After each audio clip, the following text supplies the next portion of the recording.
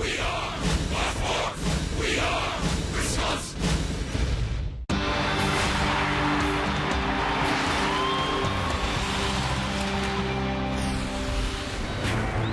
2 home runs on the big league career. This one hit to left field. It is deep, and it is out of here. Hutton has done it, and the Brewers win on a walk-off home run from Sean Hutton.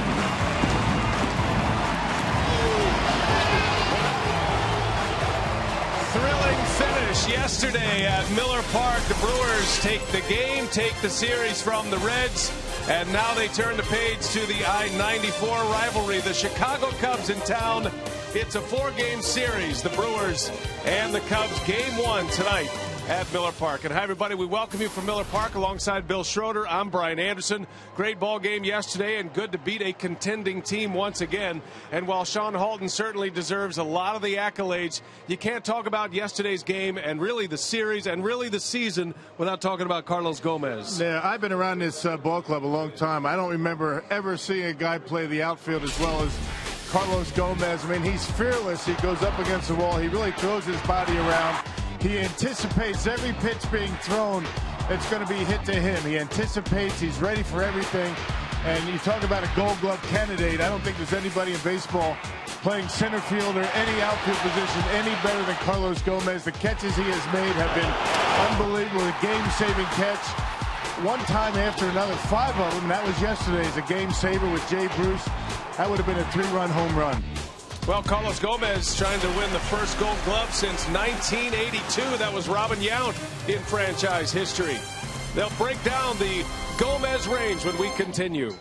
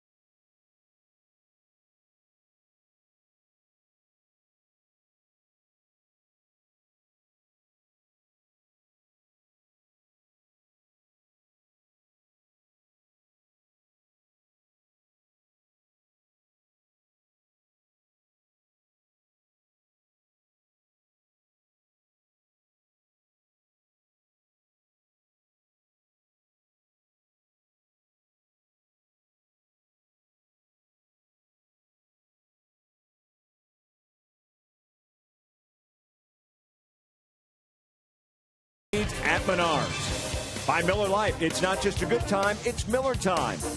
And by Toyota, let's go places.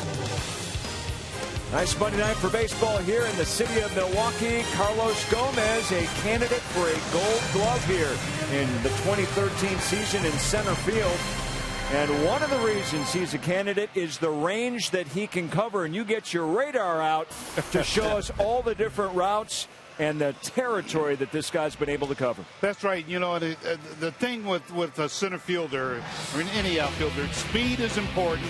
But that first step is also important in taking great routes to the ball. And Carlos takes great routes, gets great jumps on the ball. So he is able to, even with balls over his head, he takes that first step in the direction of the ball, so he's never have to make too many adjustments going after the ball. And that he's got that quickness with that first step coming in after the ball. He can catch that.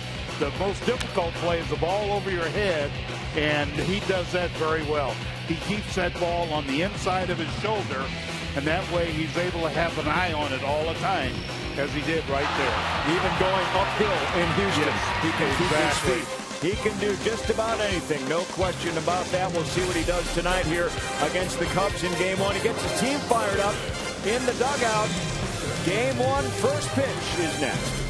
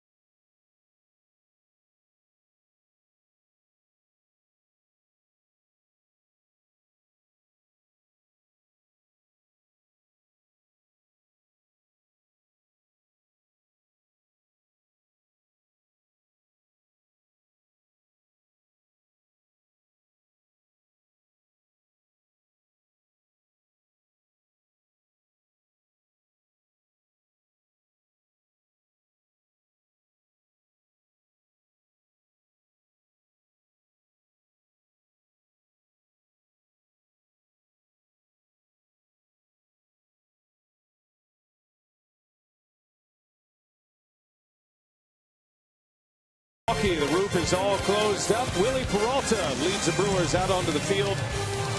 And we're ready for Game 1 of this 4-game series with the Chicago Cubs. It is 58 degrees. That touch of fall is in the air, and that's why not only is the roof closed, but the panels are all closed up as well. And the Brewers and the Cubs to start this midweek series. There is former Brewer Dale Swaim.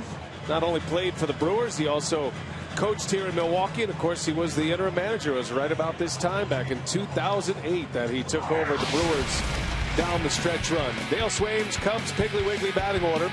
Starlin Castro leads off. Luis Valbuena in the 2-hole. Anthony Rizzo hits third, and then in the middle of the order it's Nate Scherholtz, Ryan Sweeney, and Junior Lake. Bottom 3, Wellington Castillo, Darwin Barney, the Gold Glove second baseman, and Edwin Jackson will be on the mound. He'll round out the starting 9. Willie Peralta making his 31st start of the season. The only starting pitcher for the Brewers to be able to make his start every 5 days. He's been very consistent in his ability to make those starts. 9-15 record, a little bit deceiving. Run support has been an issue for Willie this year. He's had 3 consecutive quality starts, and He's making his 5th start this year against the Chicago Cubs, the Menard Brewers defense. Martin Maldonado behind home plate, as usual with Willie Peralta on the mound. Gindel, Gomez, and Aoki in the outfield. Aramis Ramirez back at third base. The hand is feeling much better. Segura, Jeanette up the middle. Jonathan Lucroy at first base. Behind Willie tonight. Well, Aramis Ramirez back in the lineup, was hit by a pitch on Friday and has not made a start since. So he's going to give it a go this week against the Cubs. And Jonathan Lucroy makes his 7th career start at first base. And I know that's a position that he is getting better and better with every start, and one that he's looking forward to working on in great detail next spring prior to the 2014 campaign. Well, he's done a good job over there. The Brewers able to keep his bat in the lineup when Peralta is on the mound. Umpires in place. Paul Schreiber will call the balls and strikes. Jeff Kellogg is the crew chief at first base. Toby Basner over at second base, and Chad Fairchild is the third base umpire. So everybody's in place, and we're ready for baseball tonight from Miller Park. And the season is winding down as strike one to Starlin Castro, and off we go.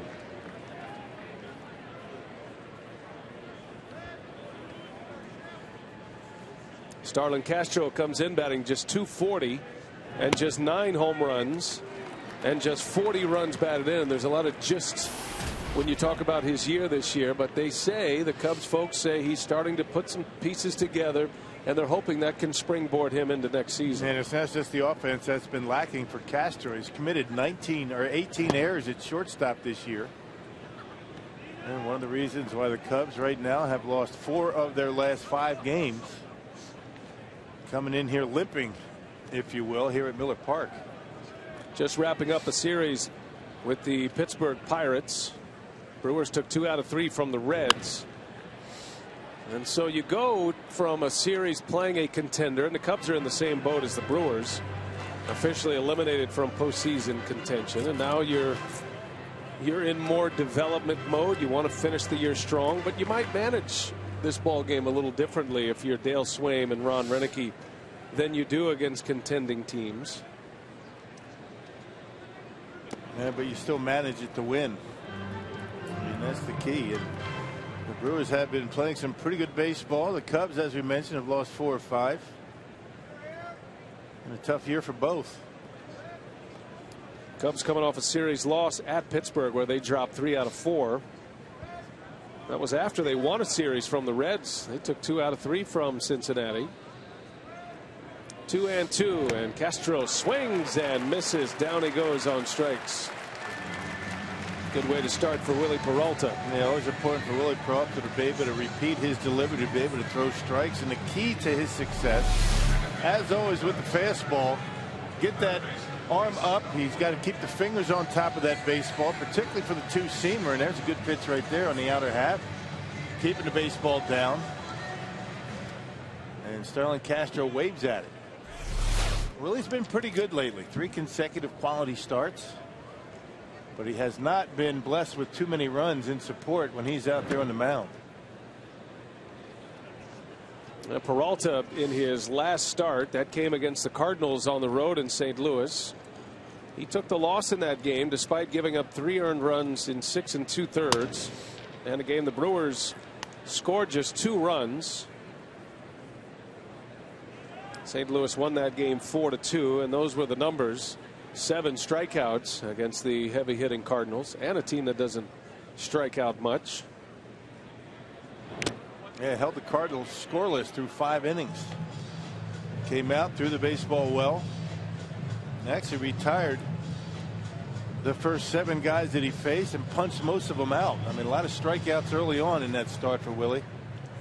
Willie took a no-hitter into the 6th inning against St. Louis in his last time out. And there is a 4-pitch walk to Luis Valbuena.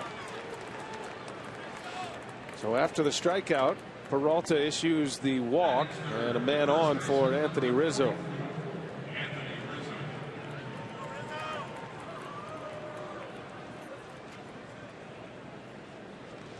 Rizzo hitting .229, does have 22 homers and 75 RBIs.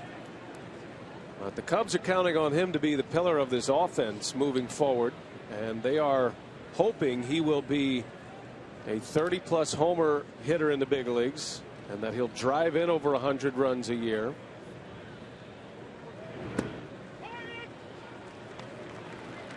It's been that kind of year for the Cubs all the way around. And of course, they've made a number of trades. Chicago has certainly been active on the trade market, trying to add to their system. They traded Matt Garza away. They traded Scott Feldman in early July. Carlos Marmol was traded to the Dodgers, so they lost a lot of their pitching. They've had to piece that together. Yeah, they started that process last year. A complete commitment to rebuilding and getting some young players in hopes that they're going to be able to put together a winning organization down the road. It's going to take a couple of years. But Dale Swain, very patient, a good teacher. He's got a good coaching staff around him, and Rizzo is one of the guys that they're counting on to build this club around. He and Starlin Castro both signing long-term contracts. Cubs started clearing the deck last year when they traded Ryan Dempster. Then it was Giovanni Soto. Mentioned the 3 pitchers they traded this season, and then Alfonso Soriano was a big bat that they traded to the Yankees. So not only did it clear some money for the Cubs, but also cleared the way for some playing time for some young players. Especially with Soriano gone, it allowed Junior Lake to get consistent innings in the outfield. Yep, slider that didn't have much break to it, but the speed is what got Rizzo. Ball and 2 strikes. Valbuena at first, and Rizzo bounces one past Lucroy. Valbuena will hold at second base, and that'll be a base hit for Rizzo. Looked like Lucroy had a little bit of a spin out over at first base. Yeah, holding the runner. He's certainly still getting adjusted to first base. But same pitch from Peralta, back-to-back sliders. This one a little bit more down and in, and you can see Valbuena had to hold up in case that ball might have hit him. So he stopped, and that's why he wasn't able to get to third base.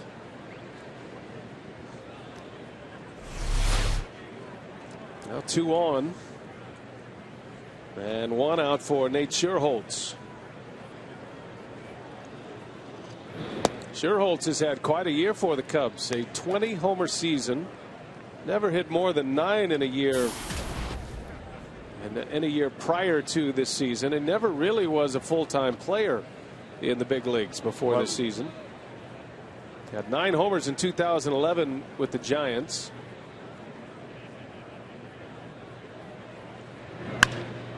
This was the one bat I thought the Cubs would trade, and there was a lot of discussion about him. Remember, the Brewers saw the Cubs right before the trade deadline in late July, and most felt Scherholz wouldn't make it to August 1st as a member of the Chicago Cubs, but there was never a deal that could be struck, and Scherholz remains a Cub for the rest of the season.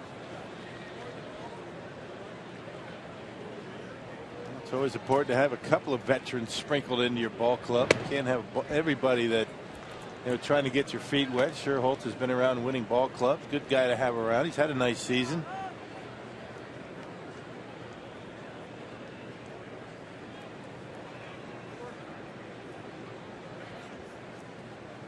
Scherholz traded from the Giants to the Phillies last year as part of that Hunter Pence deal. So it wasn't around for all the fun for the Giants.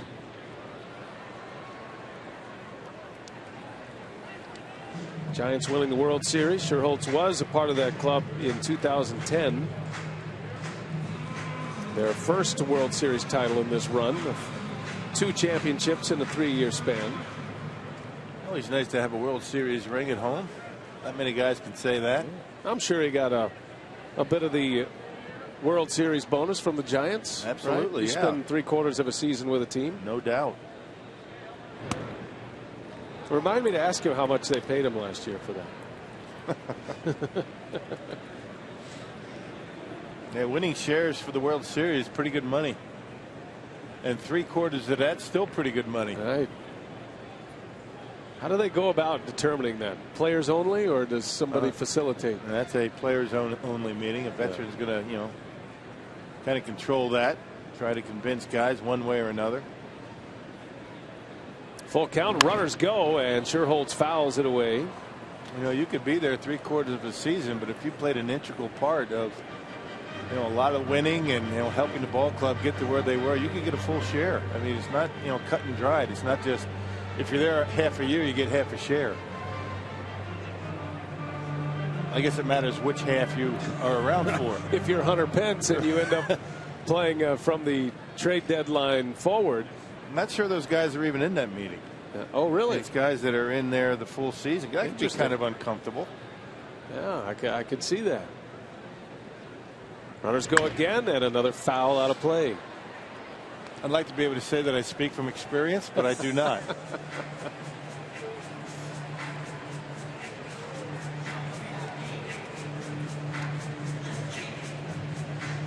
Well, the Brewers are hoping they'll be in that position one day again.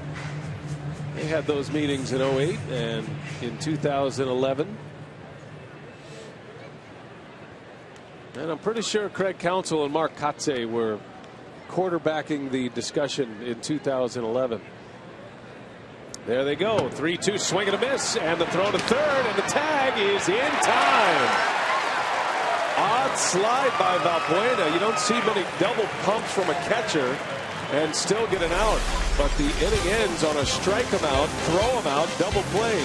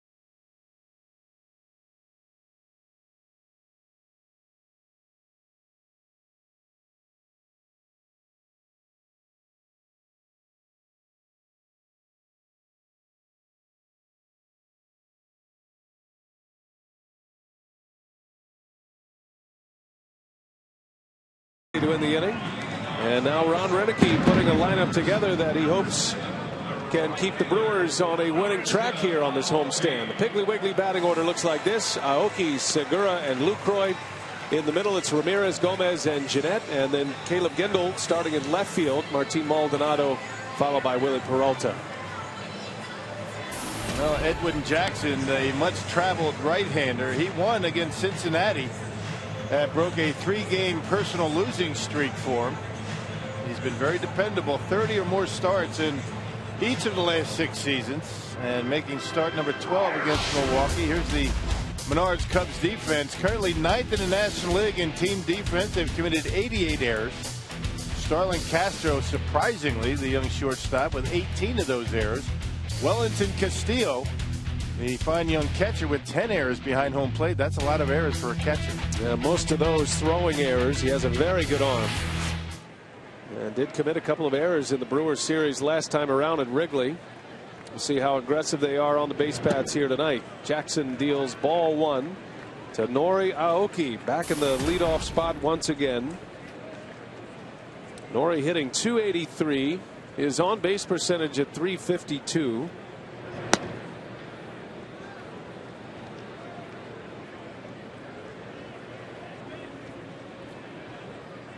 Brewers coming off that thrilling win yesterday. The walk-off home run by Sean Halton.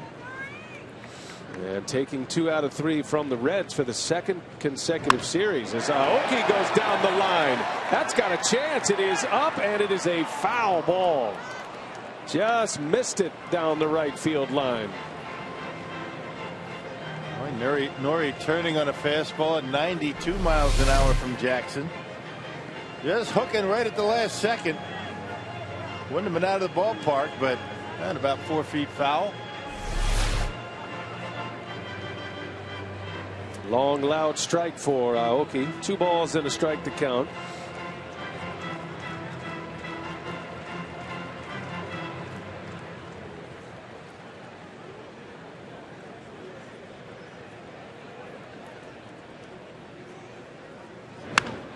That ball's hit well, but well foul. Now Nori turning on it. Jackson content to pound Aoki inside, and he'll do that. As much as Aoki loves to slap the ball to the opposite field, he's got a little bit of power. Yeah, if he gets the sense you're trying to work him inside, he will turn on it, but his game is to left field and typically on pitches away. And that time he serves one to left, right to Junior Lake for out number 1. Well, Edwin Jackson, he has bounced around a lot in his career, but he hopes he's finally found a spot where he can stay for a while. Signing a 4-year deal with the Cubs. And it's been a down season for him as well. Yeah, earned run average near 5. He's 8-15, but he's a guy that will take the ball every 5 days. He's been very dependable. Hardly ever misses a start. Able to stay healthy, and that means a lot. Gene Segura with 1 away. I had a great scene here earlier today. Cal Ripken Jr., the Hall of Famer, was here in Milwaukee, and he has a speaking engagement here for his foundation, and he and Gene Segura are spending a lot of time together. It was very interesting to see. I was trying to eavesdrop as best as I could. I couldn't quite make out the conversation, but Gene was doing a lot of listening, which he should have done, and Cal said he had seen him during the All-Star game, and he sought him out, wanted to talk to him, and Segura popped right up when he heard that Cal Ripken Jr. was in the ballpark here tonight. And Sophia, that was quite a scene to see a legendary shortstop and a young up-and-comer get together. Well, and it was, and Gene Segura walked away rather impressed. He was excited. He told John Steinmiller of the Brewers Public Relations Department, he said, wow, Cal Ripken wants my autograph. Like, how cool is that? And several of the Brewers players came out and spent some time with him. Jeff Bianchi, Donovan Hand was among them, and Hand told me it was definitely just an honor just to spend a few minutes with him, get a bat and ball signed, pictures, and said it was just a really cool experience. Yeah, one of the things that Gene Segura has to learn is how to get through a big league season. He seems to, from time to time, seem a little bit tired and worn down. You don't blame him, but I mean, can you think of a better guy than Cal Ripken to talk about how to pace yourself? Absolutely not. Segura is just out by an eyelash at first base. Never took a day off, hardly ever took an inning off, Cal Ripken, and has the all-time record for consecutive games played. I mean, that's a guy that you would think that Gene Segura, that's the first question if I were Segura to ask Cal Ripken, how did you do that? I mean, that's a big guy that played shortstop every single day without missing a game. And a good play by Castro to get the out, just barely getting Segura at first base. Well, I was talking to Cal about Segura, and I asked him just so we could, have the conversation on the air, and I'm anxious to know what he thinks about Segura, and he's a fan. He said he likes his instincts a lot, and it is interesting talking to Cal about the shortstop position because he doesn't just watch the plays that a shortstop makes, the ground balls that are at him. He watches when the ball goes elsewhere. Are there instincts for the shortstop? Does he always have a purpose? Does he have a feel for the base runner? Is he in an athletic position to either take a cutoff or come in behind a runner? And all these little things that, as a fan, you never even notice or ever even think about. And he says Segura does a lot of those things very well already, which is encouraging to hear. As Lucroy bounces out, and the side retired 1-2-3 in the first.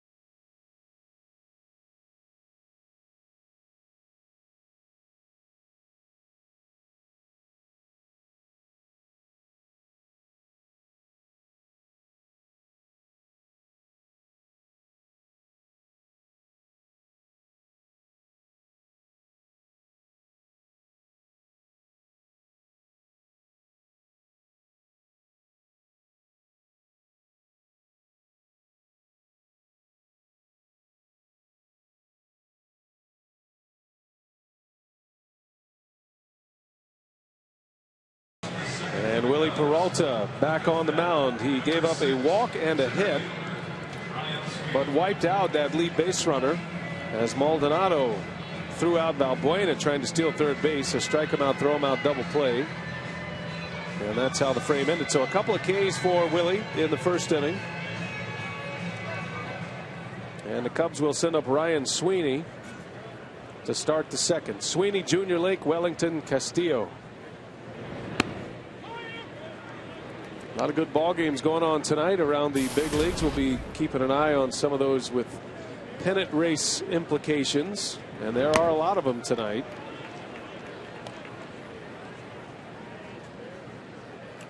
Final 2 weeks of the regular season. Hard to believe.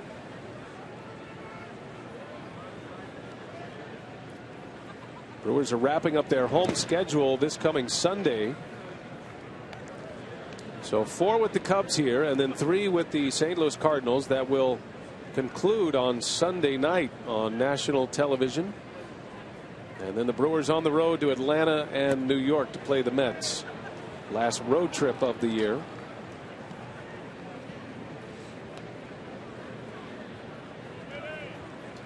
Two balls, 2 strikes on Sweeney.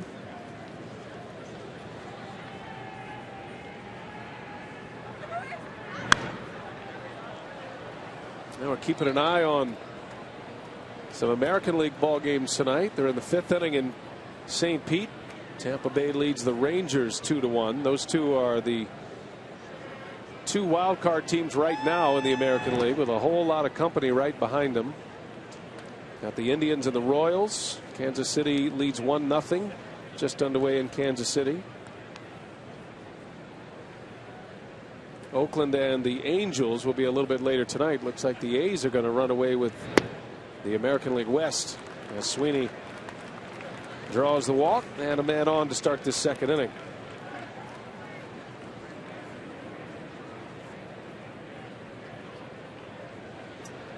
Now let's check out tonight's time of the game winner. The Northern Lights in Florence, Wisconsin, if they call the Brewers in the next 24 hours. They get 40 Miller Lite beer pen tickets to Brewers home game in April or May of next year. This offer courtesy of the Tavern League of Wisconsin and Miller Lite. Florence is up in the most northeastern portion of the state. Is that up there in the Drew Olson territory? That's a little bit further than where Drew Olson's from. It's up there by Spread Eagle, Wisconsin. Nice. Excellent. Well, Maldonado does not like what he sees from Willie Peralta here to start this second inning.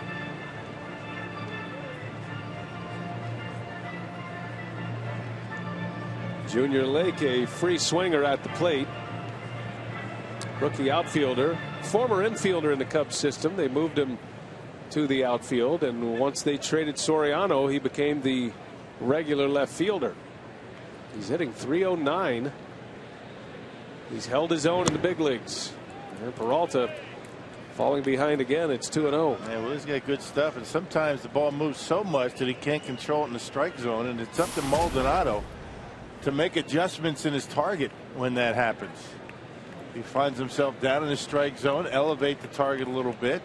Sometimes it'll move a little bit too much off the inside corner to a right-hander. You have to adjust his line of sight. And he misses again. 3 balls and no strikes.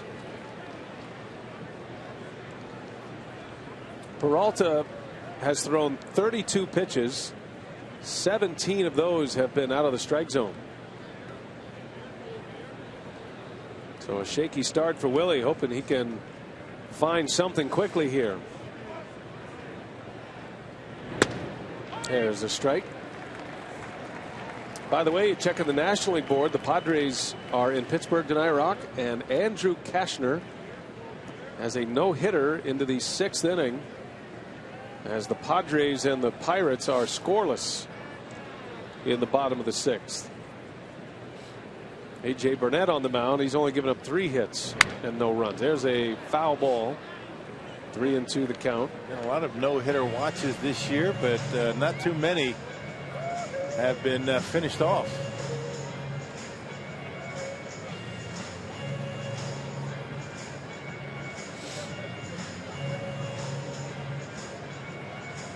Brewers had back-to-back no-hitter watches in St. Louis. Yeah, Peralta and Marco Estrada each taking no-hitters into the 6th inning. 5 2/3 of no-hit ball. And unfortunately, the Brewers lost both of those games, despite Peralta and Estrada pitching well. Full count to Lake. And he pops him up. Will it stay playable? Maldonado watches it into the seats. Young man, Junior Lake, has a very quick bat. We saw him turn around a fastball in Chicago, hit a home run.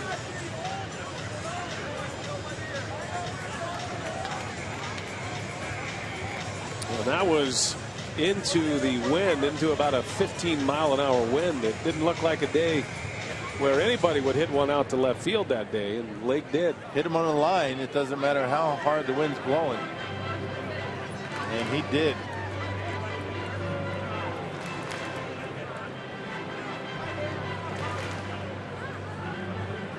So another full count for Peralta. Sweeney led the inning off with a walk. He's at first. And the payoff pitch. Bounce foul. St. Louis is on the schedule tonight. They are in Colorado. Cardinals and the Rockies from Coors Field. That'll be an interesting matchup to follow. Lance Lynn is on the mound for St. Louis tonight. Colin McHugh for the Rockies. There's a called strike 3 on the 8th pitch of the at-bat. Peralta goes with a slider and he punches him out. And came all the way back. He fell behind 3-0. Was able to pound the strike zone with fastballs, and finally getting him on the breaking pitch right at the bottom of the strike zone, getting the call from Paul Schreiber. Had plenty to the plate, just high enough. So the first out is the 3rd strikeout for Peralta. And here is Wellington Castillo, who loves to swing at that first pitch. And he takes a breaking ball strike, a dandy from Peralta.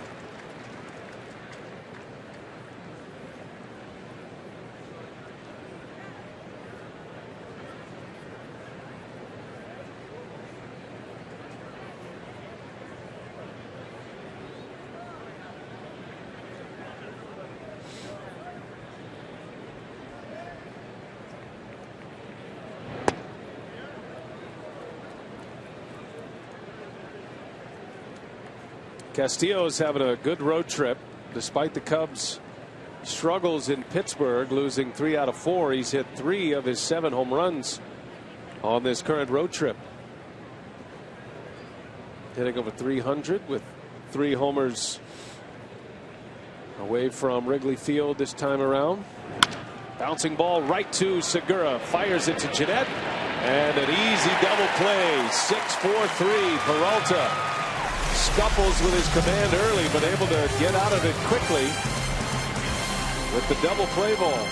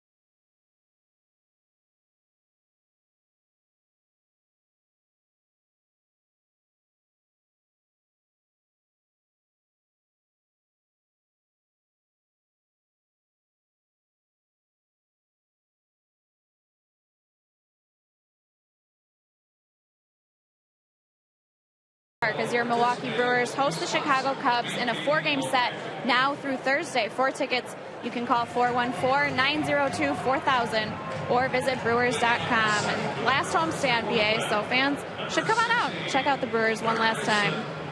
I couldn't agree with you more, Sophia. Baseball not here at Miller Park until next season, April of next year. The Brewers actually open the season here at Miller Park. Edwin Jackson ready to go back to work. 3 up, 3 down, first inning. And he will face a former Cub, Ramos Ramirez. And Rock, good to see Ramirez back in the starting lineup. Was hit by a pitch on the wrist on Friday in the opener of this homestand against Cincinnati, and he has not played since. Yeah, missed 2 full games. Could have been a lot worse for Ramirez. Had that ball hit a different spot, broke some little bones. It would have spelled the end of his season. Brewers certainly need him in the lineup. They want to finish with some wins. And certainly want to finish the season above the Cubs, that's for sure. Bouncing ball to Valbuena. He's got plenty of time, and there is out number 1. Nobody wants to end up the season last in their division. So that makes this an important series for the Brewers. Take care of business, win 3 out of 4. Brewers have had good success against the Cubs this season. They are 10-5 this year. And as a matter of fact, they've won 30 of their last 41 games against the Chicago Cubs. 30-11. Carlos Gomez batting with 1 away. So much to talk about with Gomez, and even though he's been in a little bit of a slide at the plate these last few weeks, he still leads the club in homers with 19. As you see the rest on the Powerball home run leaderboard. Been kind of a drought for everybody on that list. Brewers have not been hitting too many home runs lately. Now Gomez with the 19 homers. He has 36 stolen bases as well. And only Alex Rios That's 15 or more homers and 35 or more stolen bases. Rios now playing for the Rangers. That ball's lined into right, but right at Scherholtz for out number 2. Yeah, Sean Halton has hit 2 of the last 3 home runs for the Brewers. Schaefer's got 1. Gindel.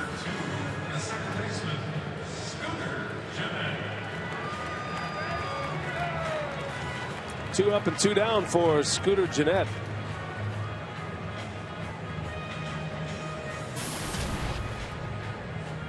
Gennett's shown some surprising power in the big leagues this year.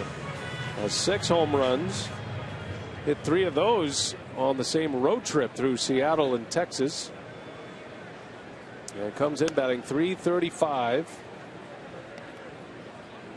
Brewers right about middle of the pack in the National League in team batting, hitting .253. The Rockies and the Cardinals lead the league in hitting at .267 as a team.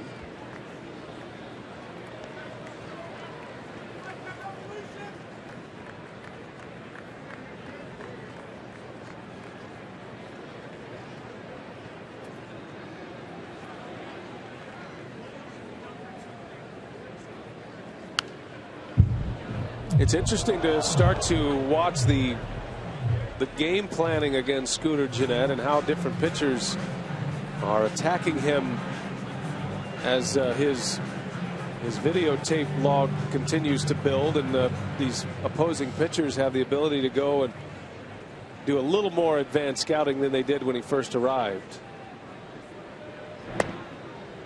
And what I've noticed is that pitchers like Jackson, who have good fastballs, they are primarily staying away from Gennett. He's done a lot of damage on the inside corner,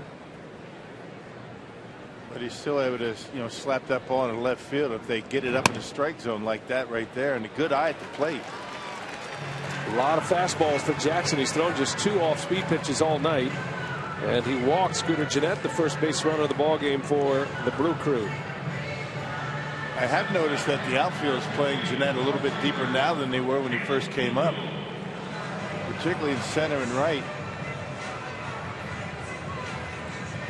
Certainly doesn't look like a guy that can hit one over your head, but he can.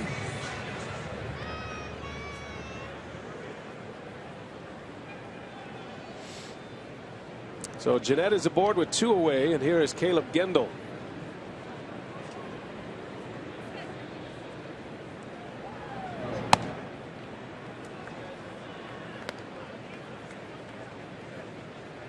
Gendel getting the start in left field. Chris Davis is still bothered by that wrist injury. He's available to hit Chris Davis, but not yet in the starting lineup, and that has lingered on a lot longer than the Brewers thought it would. So Gendel and Logan Schaefer have been sharing time in left field. I was talking to Davis about his wrist today in the dugout before batting practice, and he said it feels pretty good, other than certain things that he does makes it kind of weakens the wrist, and particularly he was saying if I don't finish high with my swing and kind of level it off, that's when it starts hurting a little bit. So I would anticipate Davis being back in the lineup very soon. You might see him get a start tomorrow. The Cubs are going to send up Jeff Samardzija. That would be a bat you'd like to have in there against Samardzija. There's a lefty going on Wednesday, Chris Russin. There's Samardzija, the hard throwing right-hander.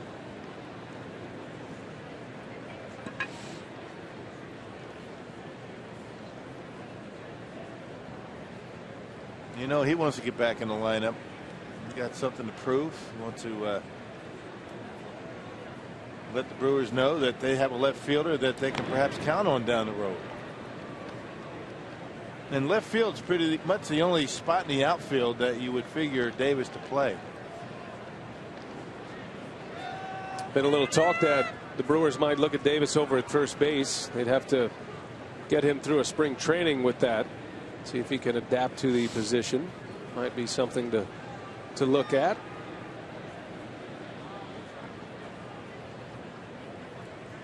I think there are a lot of decisions to be made about first base Corey Hart, who is under contract currently, is a free agent at season's end. You wonder if he's an option coming back, if he would sign with the Brewers, or what kind of deal would he sign with the Brewers is probably better stated. You got Sean Halden, you have Hunter Morris, who had a big power year in AAA this season. Lucroy can give you some innings over there. Juan Francisco is still a guy that the Brewers want to explore at first base. There goes Jeanette, and the pitch is outside. The throw doesn't matter. Ball 4. So Gendel walks, back-to-back walks with 2 outs in the second inning. Man, nice battle by Caleb Gendel. Able to draw a walk. The Brewers still without a base hit, but a couple of base runners. Jackson's always had control issues throughout his career, but not so much this year.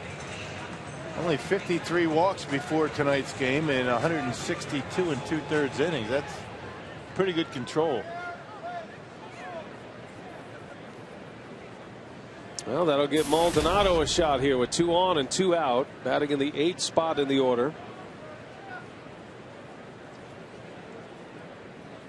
Maldonado with 4 hits against Edwin Jackson lifetime. He's 4 for 9. And he has hit the Cubs pretty well this season. Take a look at our Jimmy John's freaky fast delivery. Well, the Cubs on the move. A double pump by Maldonado, but still strong enough arm to get it to Ramirez, and they strike him out, throw him out, double play, and that's how the first inning ended. Yeah, the delivery wasn't freaky fast, but the throw itself was. And the way the inning ended maybe was freaky fast. Right. And not much of a jump by Valbuena, was it?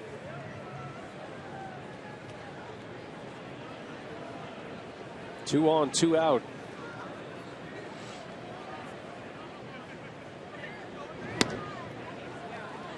Two balls, no strikes.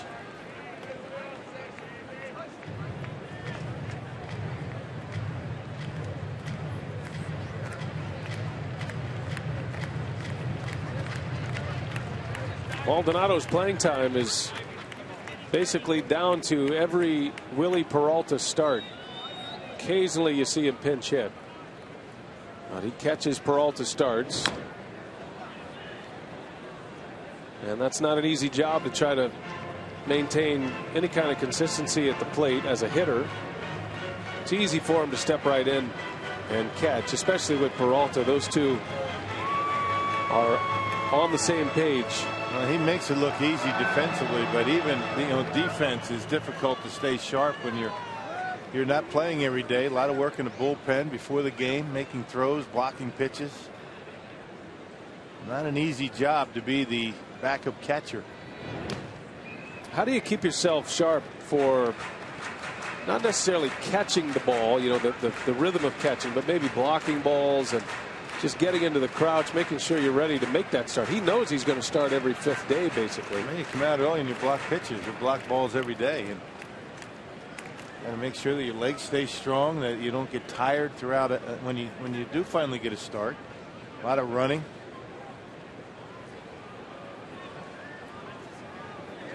But it's difficult at game speed. Even down in the bullpen, it's not game speed. I mean, you can catch all you want down in the bullpen, catch, warm guys up, but it's just not the same. And he does it very well. Very good defensively, even only catching 1 every 5 games. And he draws the walk. So Jackson walks the bases loaded. 3 straight walks with 2 outs. Chris Bosio is on his way to the mound. And while the Brewers do have him loaded, the pitcher Peralta is coming up. And Bosio wants to have a chat with his right-hander. Well, Fox Sports is proud to team with Feeding America, a nationwide network of food banks that helps feed more than 37 million people in America each year through pantries, soup kitchens, and shelters. Visit feedingamerica.org/Fox Sports to learn how you can fight hunger in your community. Together, we are Feeding America.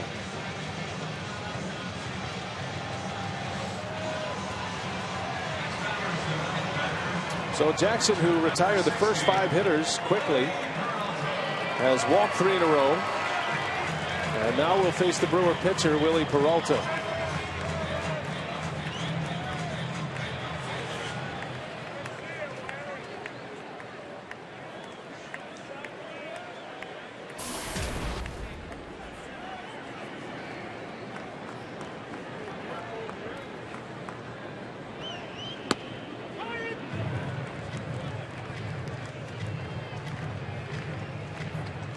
Willie Peralta, we talked about he and Maldonado so connected in so many ways. Willie's been using Maldonado's bat recently.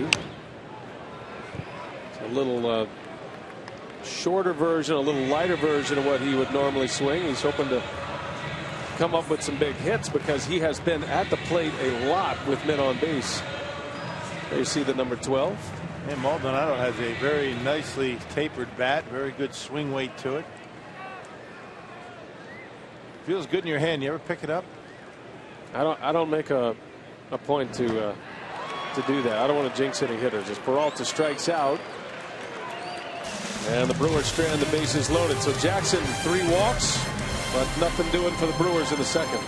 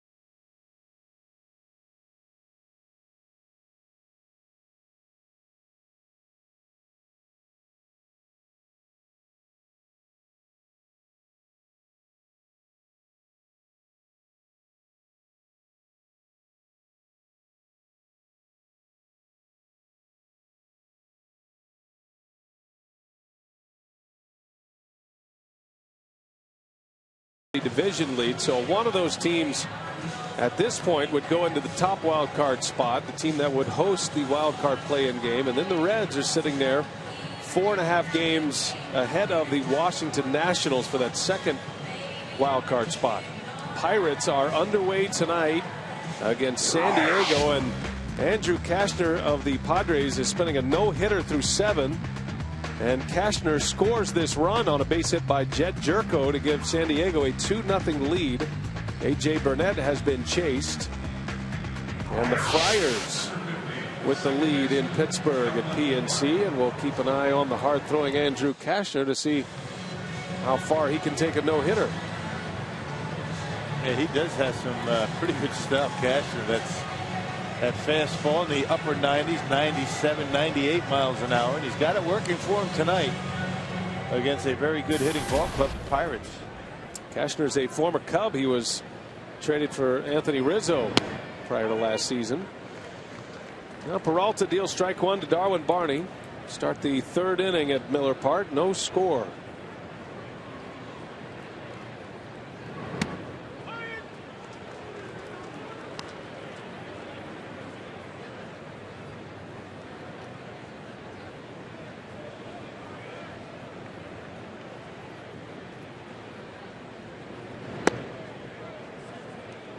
Ball and 2 strikes on Barney. 8th place hitter in this Cubs order. The pitcher Jackson is next, who's a good hitting pitcher. And then back to the top and Castro.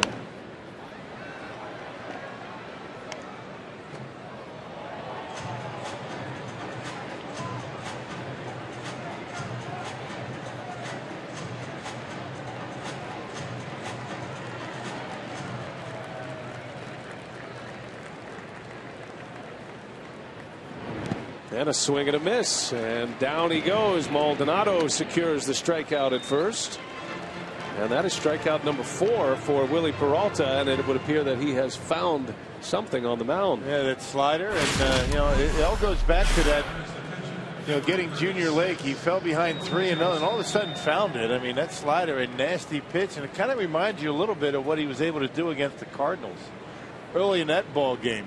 You know, struck out just about every hitter early in that St. Louis game, and doing the same here tonight. Man, just tremendous stuff. I mean, just raw stuff when you talk about Willie Peralta. Charter Cable high-speed pitch. You see Jackson at 95. Peralta's hit 97. And a swing and a miss. And it's 0-2. Wonder what he'd be able to do to be able to put all 3 of his pitches together in a given outing. The changeup, the slider, that electric fastball, and certainly no hitter stuff if he's able to put it together. 0-2. Jackson takes a ball.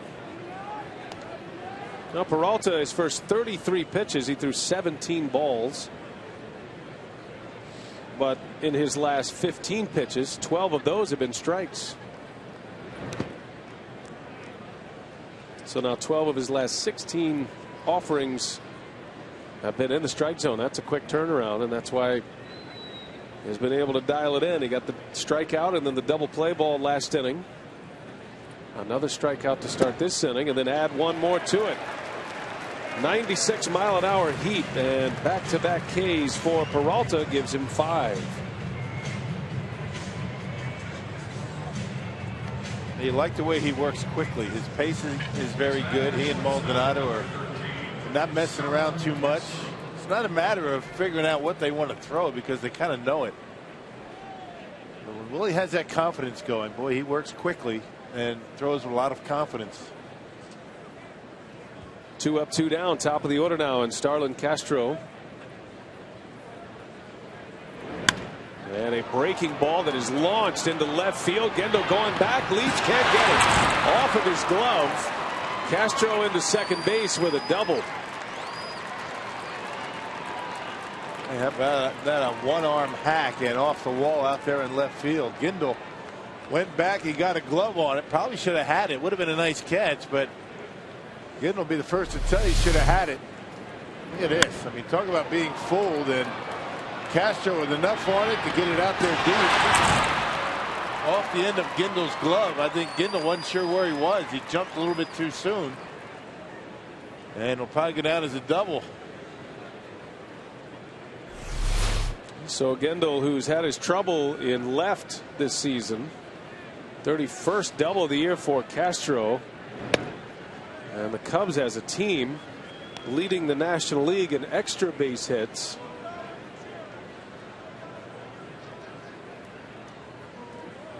Only Anthony Rizzo with more doubles on the Cubs than Castro. 2 out base runner for Valbuena.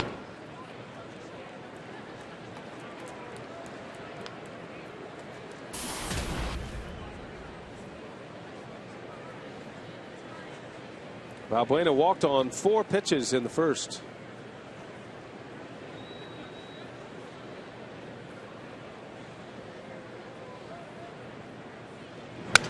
Off the end of the bat, Gomez coming in, and he's there to make the play. Peralta strands a runner at second, a 2-out double by Castro. No score, headed to the bottom of the 3rd.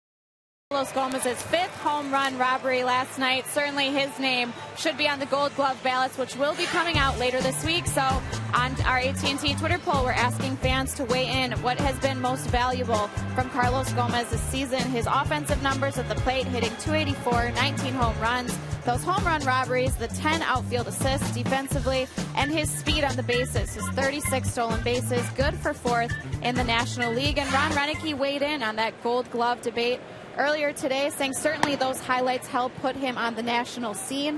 But he said the numbers are a little bit deceiving because nobody plays as deep as Gomez does. So he's able to make these home run robberies. We take a look at the catch from yesterday to end the 9th, his 5th home run robbery. And he said certainly Gomez should be considered, but Andrew McCutchen will be on that list as well, BA. Yeah, no question. And there are some very good center fielders in the National League and outfielders in general. They don't group them by position for Gold Gloves. It's just outfield Gold Gloves. And if you're Carlos Gomez, and he's really had to make quite an adjustment because, as Sophia mentioned, he's playing as deep as any center fielder in the game right now, but that is only because of the injury he sustained while he was making a catch up against the wall. He normally plays the shallowest center field in the big leagues.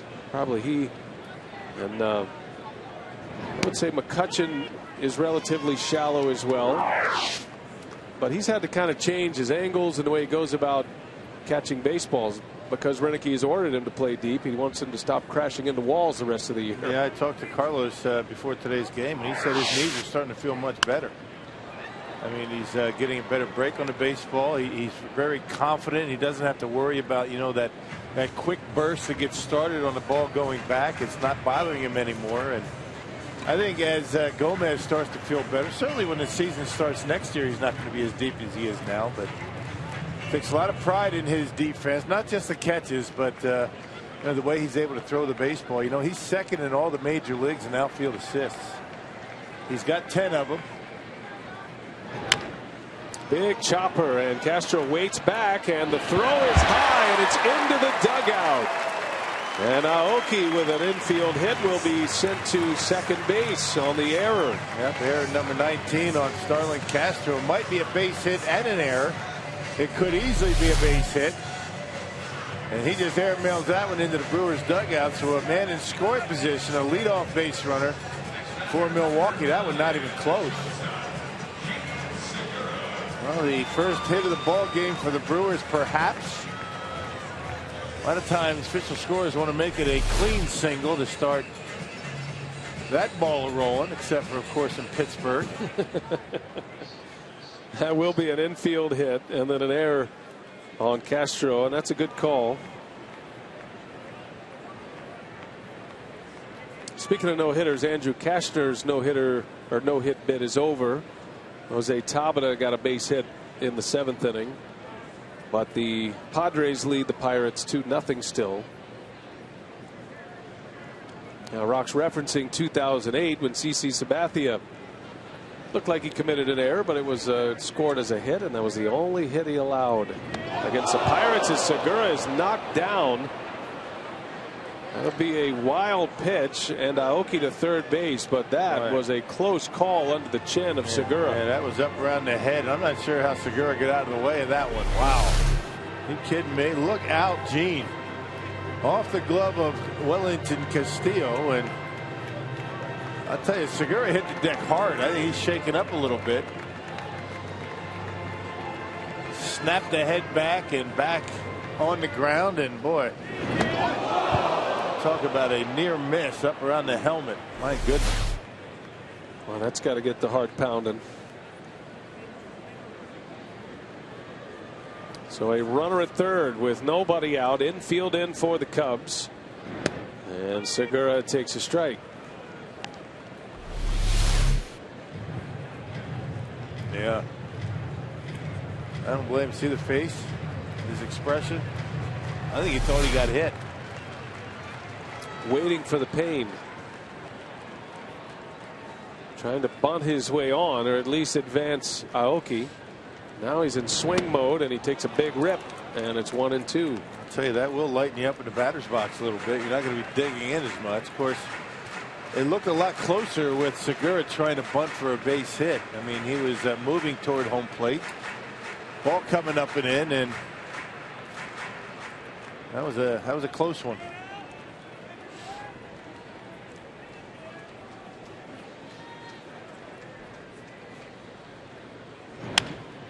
Segura gets jammed, a flare into shallow left center, and it's going to be caught by Lake. And Aoki will not tag. Great catch. Boy, Lake covered some ground to make that play. Well, the infield in. Starlin Castro had no shot at it. He's around the grass of the infield. No way he had a play, and the only guy that's going to be able to make that catch is the guy that did catch it. Junior Lake with good speed coming in. Aoki a little bit off the bag. Not sure if he would have tried it anyway with nobody out. Yeah, if that would have been out number 2, I think Aoki tags up right away and takes off and challenges the arm of Junior Lake. And he does have a strong throwing arm, so Lake makes a nice play for the first out. Segura retired. Aoki still at third base for Lucroy, and the infield still in for Chicago.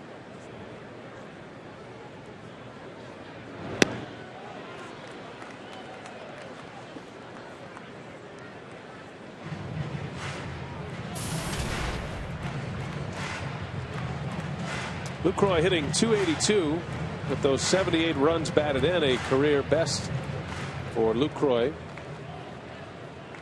He's been very good in spots like this season. Runners in scoring position. Lucroy is hitting .304. Chases a breaking ball, and it's quickly no balls and 2 strikes. And a couple of sliders to get ahead of Lucroy.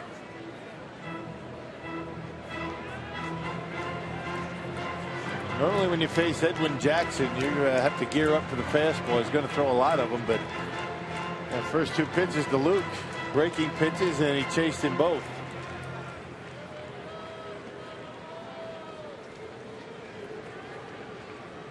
Back to the breaking ball.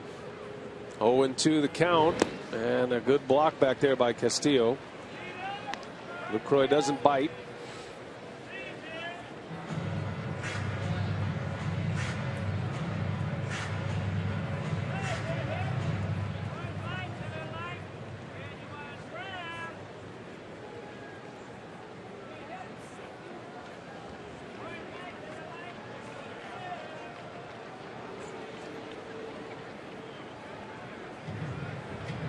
Brewers had the bases loaded last inning, but the pitcher Peralta coming up.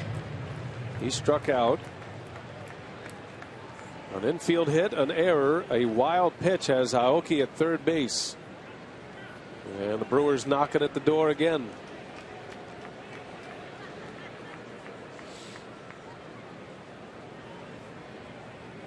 He's the guy you want up in these situations where contact will pretty much guarantee you a run. Lucroy makes good contact in these spots. One of the toughest guys in the National League to strike out, Jonathan Lucroy.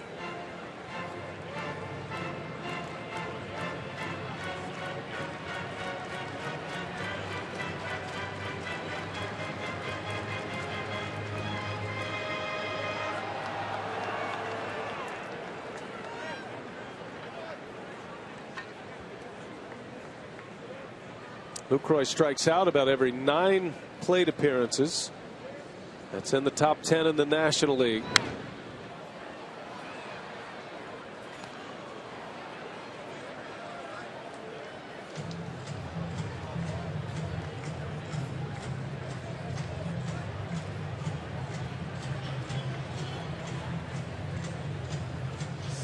The first baseman tonight, Jonathan Lucroy. And these are the kind of moments he's glad that he is playing first base. Keeps his bat in the lineup, gives him a chance to drive in some runs. Everything down and away to Lucroy. 1 ball, 2 strikes. Here it comes. And Lucroy strikes out. And breaking ball way off the outside corner, and a rare strikeout for Luke. Second K for Edwin Jackson. That's a big one. Now 2 outs. Brewers having a tough time laying off that slider from Jackson.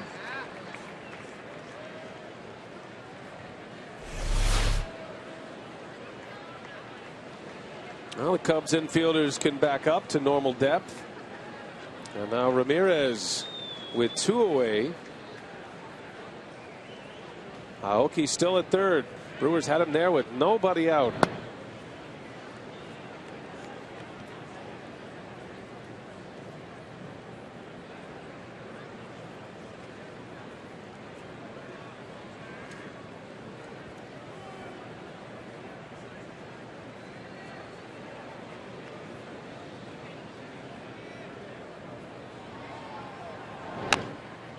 Little tapper in front of the plate and going to first is Jackson. Low throw, and Rizzo makes a nice play.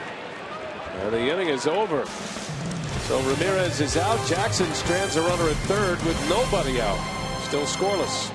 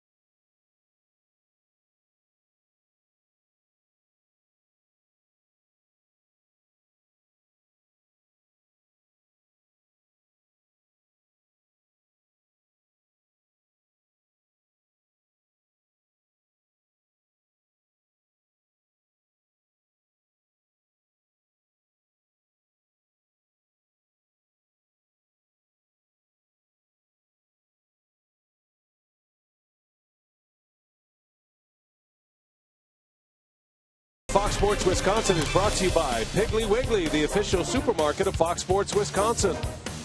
By Ho Chunk Gaming Wisconsin, your ticket to more. And by Marshfield Clinic, don't just live, shine. Monday night in Milwaukee.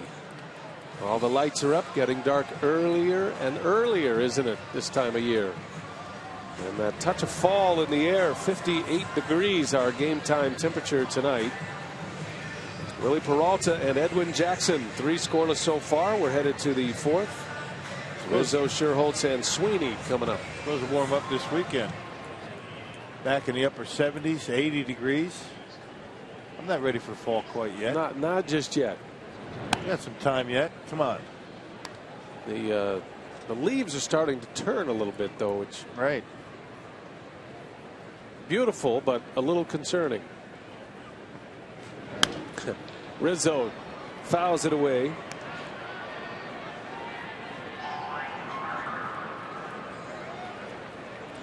They see the hit total back to 0 for the Brewers. So that infield hit by Castro, or rather by Aoki.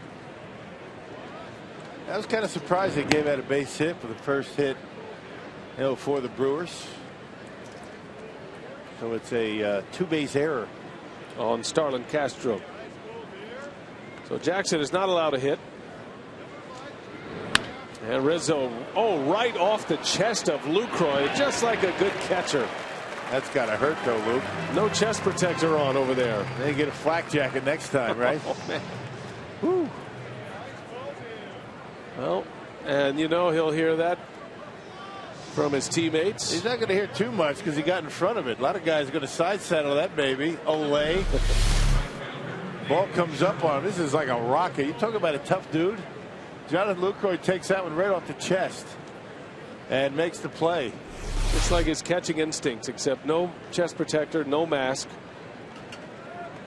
Good job. Although somebody's going to say put a glove on that chest. Yeah, but that's still a nice play. Yeah, you know. I mean, I'm saying. Your instincts are just to block. You do what you are comfortable with, right?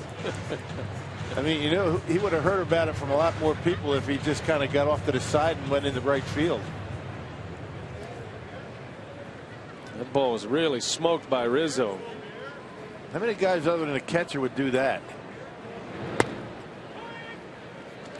His invisible tools of ignorance being applied at first base.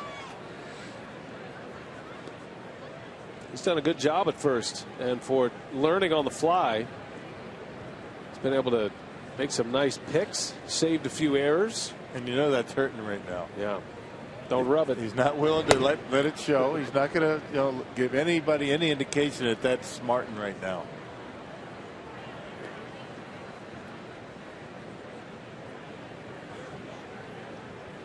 Shaking his head.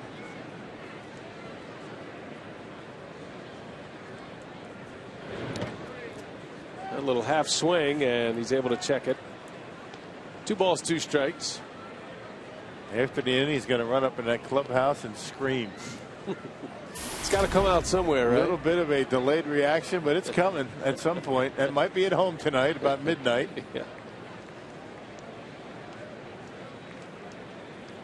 Peralta deals a 2-2, and that one misses away. Full count on a 97-mile-an-hour heater. The great first base experiment of the 2013 Brewers.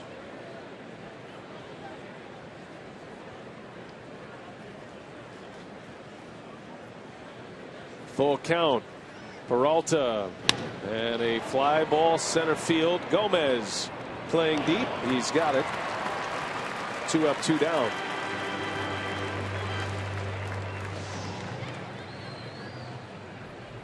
So Peralta retires Rizzo and Scherholtz. A couple of hard hit balls. 7 different Brewers have started at first base this year, including Lucroy.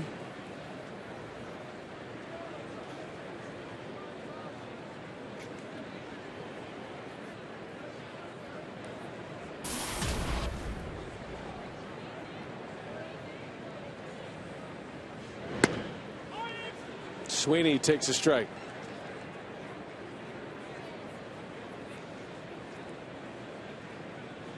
Sweeney walked in the second inning. Peralta has walked 2 and struck out 5. He's given up just the 2 hits. Rizzo singled and Castro doubled.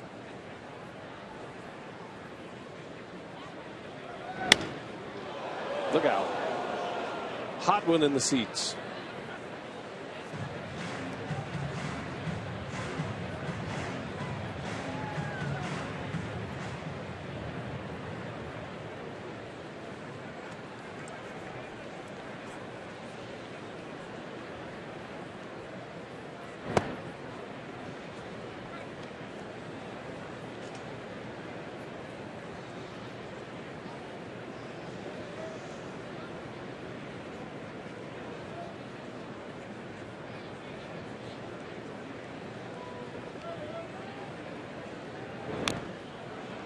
Got a piece of Maldonado.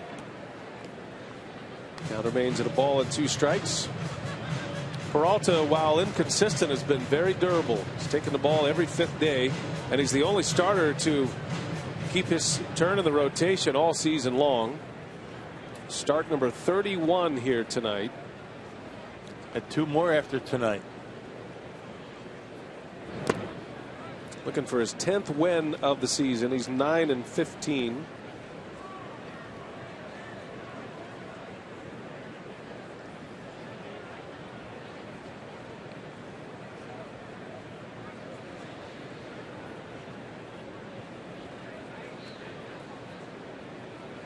The 2-2, and Sweeney bounces to Segura, and a bad throw gets past Lucroy. Well, Gene Segura, you don't see that very often. Normally steady as it gets, but hung on to that baseball a little too long, and that'll be an error and a 2-base error, allowing Sweeney to second base. They kind of sidearmed it over there. Ordinarily, he's going to throw that baseball over the top. That's a good pitch by Peralta. Watch the arm. Kind of drops it Lucroy having a tough time with the footwork. I don't think it would have mattered, but look at the throw by Segura. Usually he's right over the top. And Lucroy very fortunate that he did not get stepped on. 15th error of the season for Segura. He's played just about every day. And now Peralta having to make some high stress pitches here with Junior Lake coming up. Cubs got a runner at second with 2 outs last inning. Had a runner at second in the first inning as well.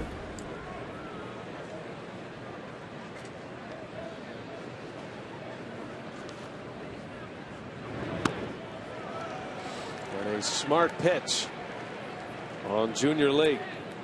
He took a lot of pitches last inning, or last time up, after Peralta was showing some command problems, and you had to know he was up there ready to hack. And struck him out on a slider. He looked at strike 3. You know, Peralta fell behind him 3-0, but Willie able to come back and get him.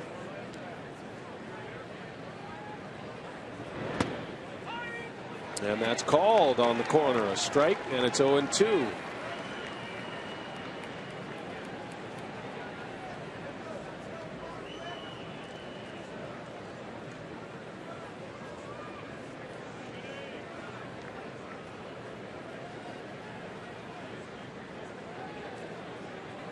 See what he has in mind. No balls, 2 strikes, and another slider, and down he goes. So Peralta strikes him out, strands a runner at second base. 6 Ks for Willie. No score. Bottom 4 coming up.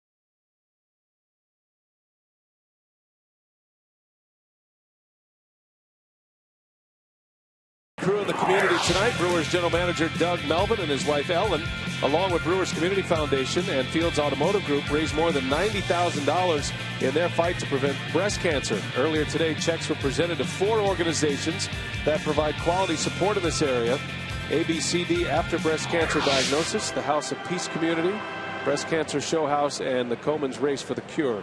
Each had representatives. So congratulations to the Melvin family. Another successful pink tie guy. Hank Aaron was this year's honorary captain of that event. Yeah, made a nice speech. That was held at the Pfister Hotel this year. Nice event.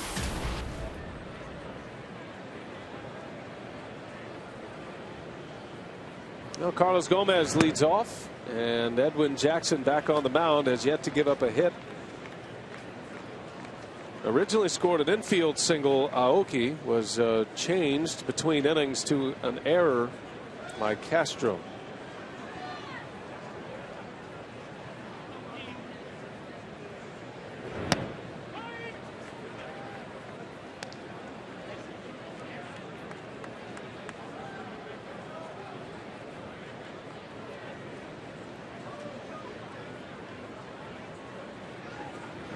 Gomez got jammed. And a fly ball to Sweeney for out number 1. Gomez is 0 for 2. Hey, come out to Miller Park for Fan Appreciation Night presented by Chevrolet this Saturday against the Cardinals. Enjoy special giveaways and prizes, including a 2014 Chevy Cruze LS. Visit Brewers.com/fan appreciation for details. The great fans of Milwaukee and Brewers fans all over the country. Travel well. We see Brewer fans everywhere we go. Good to see them. And the last go-round here at Miller Park on this homestand. Just 7 games remaining, including tonight here at Miller Park. 14 games left in the schedule. The final 7 will be on the road. Home attendance will be over 2.5 million this year. And that is outstanding. A lot of issues surrounding the ball club this year. It's been out of contention for quite some time, and the fans keep coming out.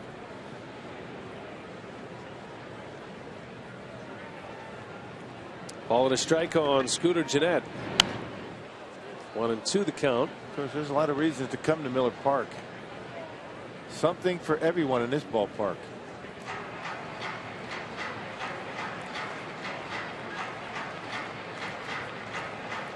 Got great crowds over the weekend and always fun at the ballpark. A lot to do here. I know the players feed off of it. Gennett, a little flare, and that's got a chance, and it will fall. A base hit. So there is the first hit. A single by Gennett. Man, how about that? I mean, it's tough to hit that baseball to left field. You see the location of that pitch? Down and in. And Gennett somehow got a bat on it and dumped it out into left field. Check this out. I mean, how do you hit that ball to left? That ball pretty much perpendicular to the ground, and he just slices it out there, and Lake could not come up with it for a base hit. This goes to show you how tough it is to throw a no-hitter in the major leagues. A lot of it has to do with luck and a few breaks. Edwin Jackson has a no-hitter. He had one of those no-hitters they're still talking about. He threw 149 pitches in his no-hitter back in 2010. He was pitching for the Diamondbacks at that time, and he did it against his old team, the Rays. Had 8 walks in that game. That's right. 8 walks, 149 pitches, and a no-no. Effectively wild, I guess, huh? Well, you kind of look how he crafted the second inning. Had a 2-out walk to Scooter Gennett, something he didn't want to do. Fell behind Gendel. Gendel took a close pitch for ball 4, and then I felt like he pitched a little bit around Maldonado. He didn't give in to him, and Maldonado didn't chase. He walks Maldonado, and then he strikes out Peralta. Yeah, that's the Pete Vukovich theory of pitching. You walk a guy, then you walk 2 guys to get to the pitcher. I mean, Vuk did that. He would walk a couple of guys knowing that he can get the following guy out, and it worked more times than not. Not sure if Jackson did that on purpose, though. Pitchers are always looking for the holes in the lineup. Where's the key to open the door and get you out of an inning? There goes Gennett, and Gendel rips one right center. Gennett on the move. That ball is going to be off the wall, and Gennett will score easily. Gendel thinking about third, and he's on his way. And the throw comes in late. A belly flop triple for Caleb Gendel. It drives in a run. The Brewers lead 1-0.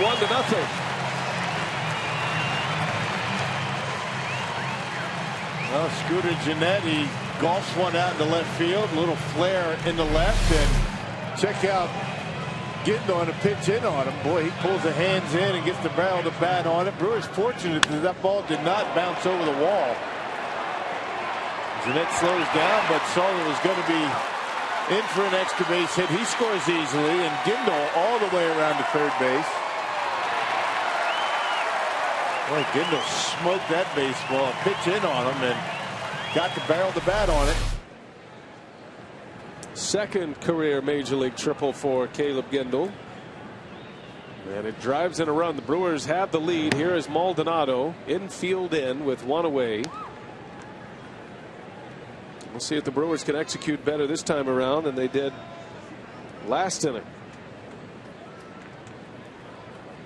Man, this would be a spot where you perhaps would pitch around Maldonado and get Peralta in the top of the order. And a squeeze is on. Maldonado back to the mound, and Gendel slides in safely. And now Jackson throws it away. Maldonado to second base. Beautiful squeeze bunt. 2-0 Milwaukee, and a throwing error has another runner in scoring position. Well, the Cubs certainly not helping themselves all that much. 90 errors now for the Cubs on the season. Here it is, the suicide squeeze. Gendel on the move. Maldonado able to get it on the ground, and a terrible throw by Edwin Jackson. That'll be a sacrifice, an RBI, and an E1. And Maldonado in scoring position.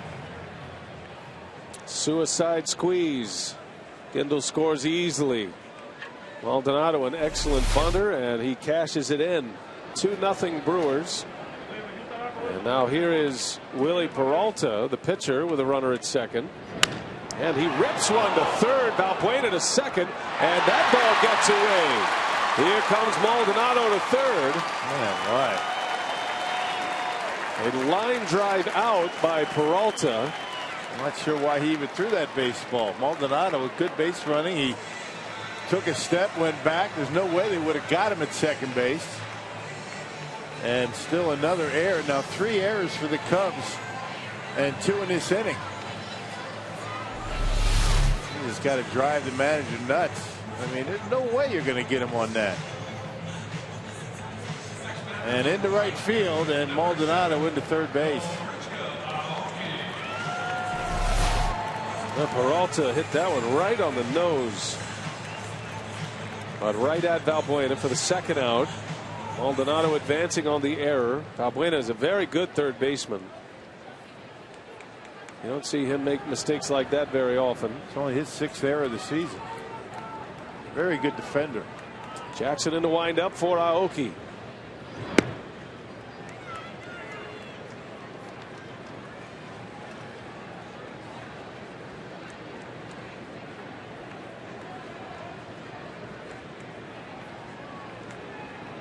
The error last inning did not lead to a run. 2 of them here in this inning. One certainly did. And Aoki trying to make it another one to cash in on in this 4th inning. 2 runs are in. RBIs from Gendel and Maldonado. And it started with a flare single by Scooter Gennett, the first hit of the game for Milwaukee.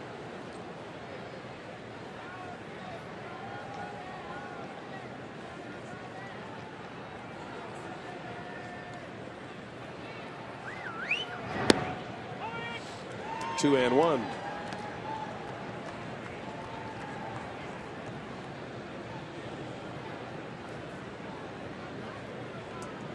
Both runs earned against Jackson despite the errors.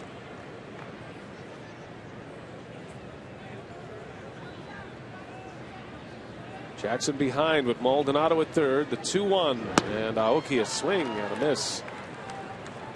And one of his best fastballs. 94, had some sink on it. Check it out. Watch it go down and away from Nori as it gets to home plate.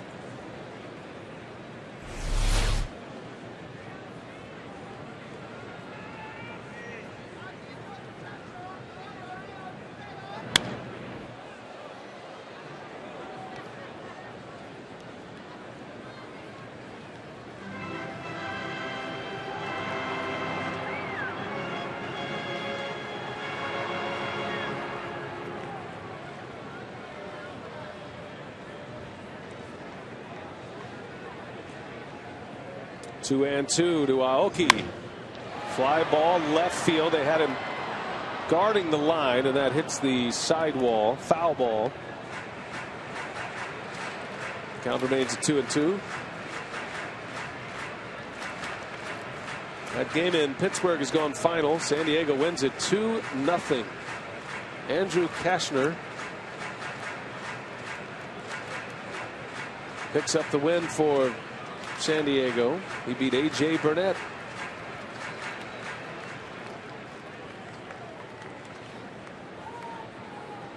So the door is open for the Cardinals, who are underway with the Rockies. Colorado leads 1-0 in the fourth.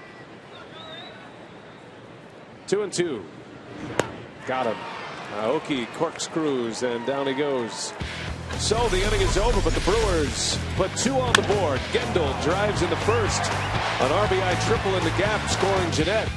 And then the suicide squeeze to perfection.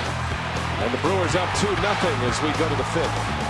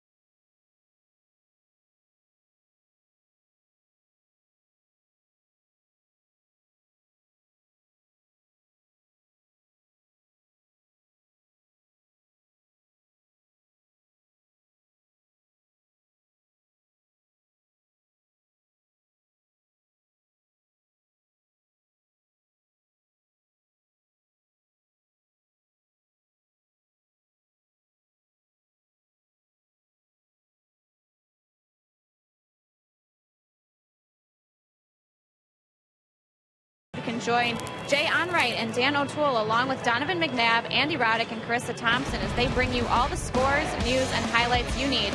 Catch Fox Sports Live nightly on Fox Sports 1, and talking with catcher Martin Maldonado before the game today. The numbers aren't always great on Willie Peralta, but he says Willie knows what he's capable of doing, and now it's a matter of executing consistently. But Maldonado said he's seen the biggest improvement from Willie, just how he's mentally managing the game. You know, sometimes there are plays you can't control behind you with errors, or if a guy gets a hit on a good pitch, but he says you can see it in Peralta's body language. He's just pitching more confidently. PA? All right, Sophia, thank you. And if there's anybody who has a good gauge on Willie Peralta, it is Martin Maldonado. He has quite a Rolodex for Peralta. He has known him since they were in A-ball together. He's been catching him all throughout the Brewers minor league system. Maybe you don't know a guy by then. I mean, you're never going to know him. These guys work together pretty well.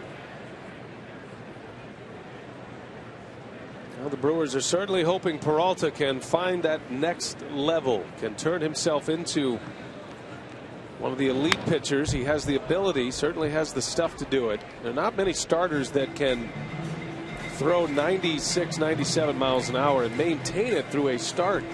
Peralta has that ability. I remember during his complete game, the 9-inning shutout he had against Cincinnati, he was throwing 97 miles an hour in the 9th inning. Yeah, he's got good stamina.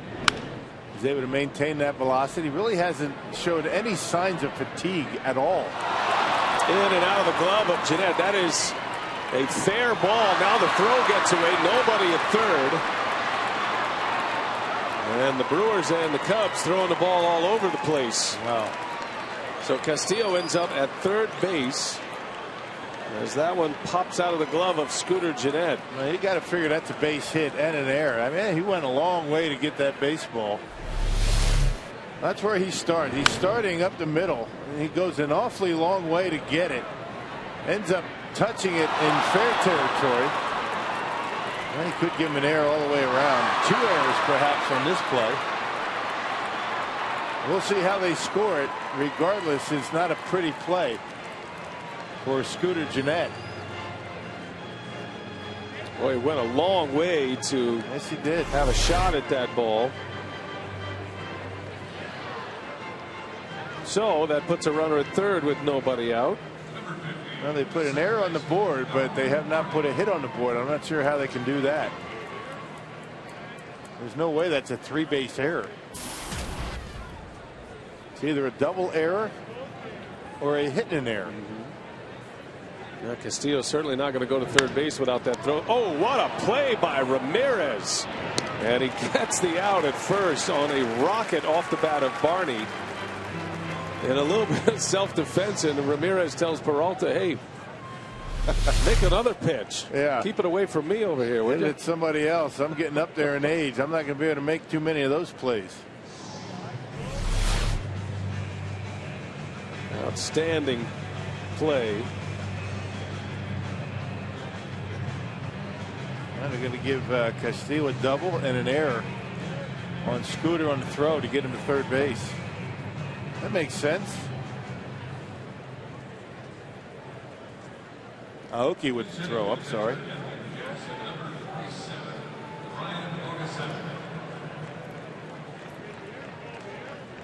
Now the Cubs are going to go to the bench now. And it's going to be the end of the line for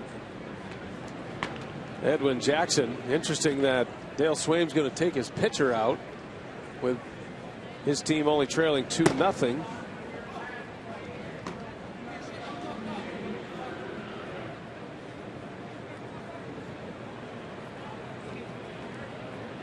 Well, apparently not all that enthused about the way Jackson's been throwing the baseball tonight. And when you consider the Cubs have a small village down in that bullpen. They have 12 relievers in the pen.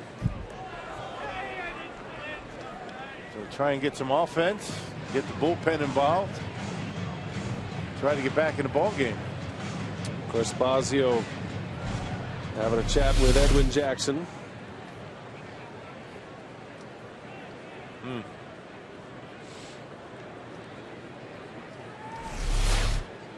Bogusevic, the pinch hitter, with a runner at third, and Peralta misses inside.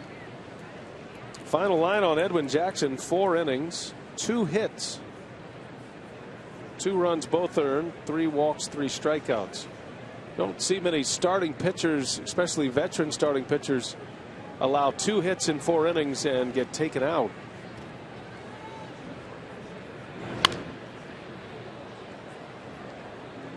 Do a lot of pitches.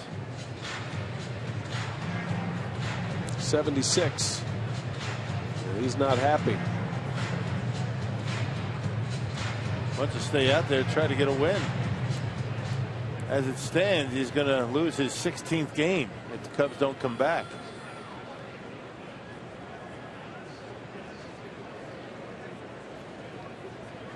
That has all the makings of a closed door meeting at some point.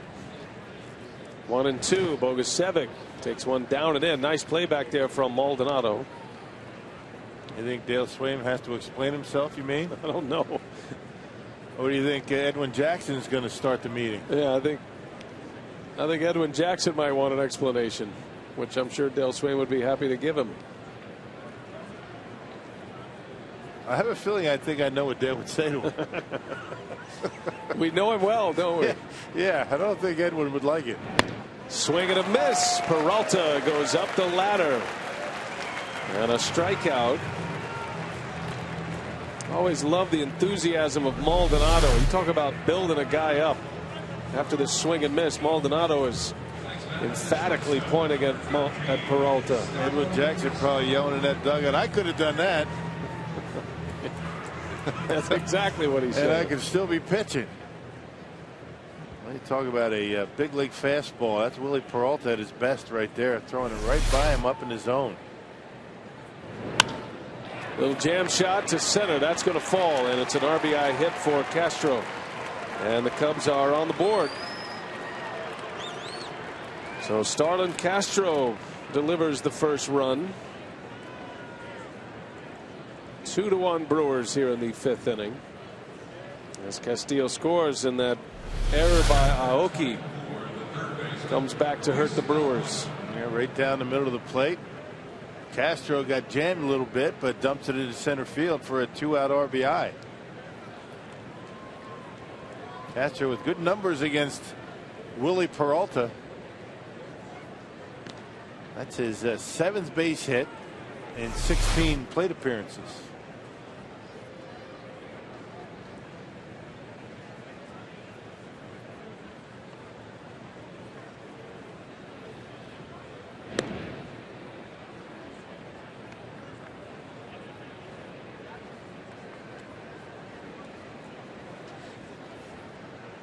'85 pitches for Peralta. 5th inning with 2 outs. Cubs have just scored for the first time on 4 hits now total. Willie has 7 Ks. He's just 1 off a season high. Matter of fact, his career high is 8, which he set earlier this year against the Diamondbacks.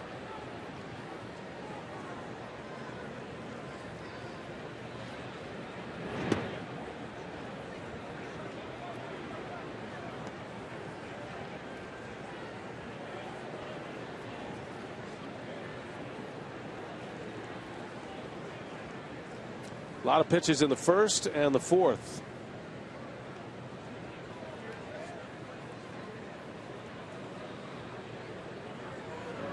Valbuena. Fly ball left field. Gendel is under it. And Peralta is through 5. Edwin Jackson is out. And he is hot. Fans, please congratulate David Lynch.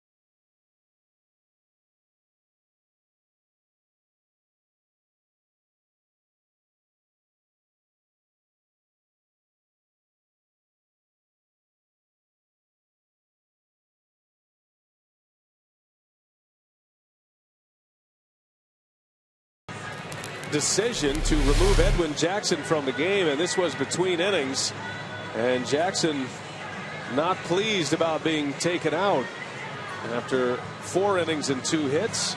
They'd given up 2 runs, and Dale Swaim giving it right back to his starter on his way to the clubhouse. I'm not sure exactly what Edwin Jackson said. I don't think he said anything, but I think he was noticeably upset as he went back into the clubhouse. And Dale Swaim, not one of those guys that's going to let stuff kind of simmer. He took care of it right away, and kind of stated his case and told him why he was out of the ball game. Perhaps all the pitches he's thrown already tonight. So Jackson back to the clubhouse. 4 innings and a start tonight, and they'll turn it over to Alberto Cabrera out of the Cubs bullpen. Just his 4th appearance of the season. Brewers lead 2-1 as we play in the bottom of the 5th. 4th appearance, another big arm coming out of that Cubs bullpen. One of 12 relievers that is available down there. for Dale Swaim. He's got 3 lefties and 9 right-handers down there. So the Cubs could play for 3 days and not run out of arms.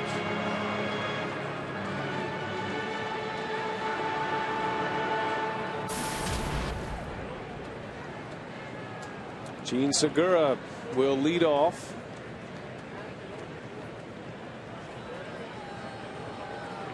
Cubs just got a run on the top of this frame. RBI by Starlin Castro as Segura takes a ball.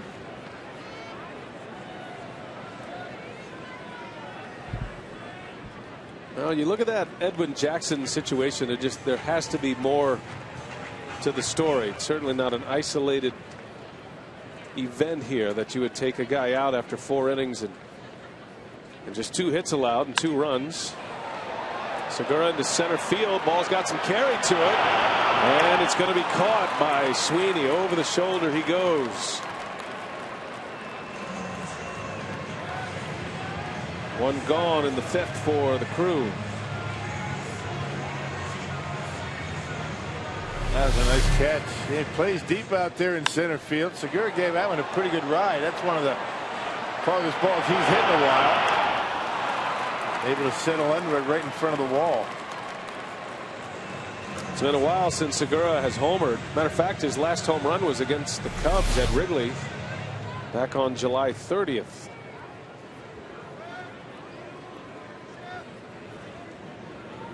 One gone for Lucroy.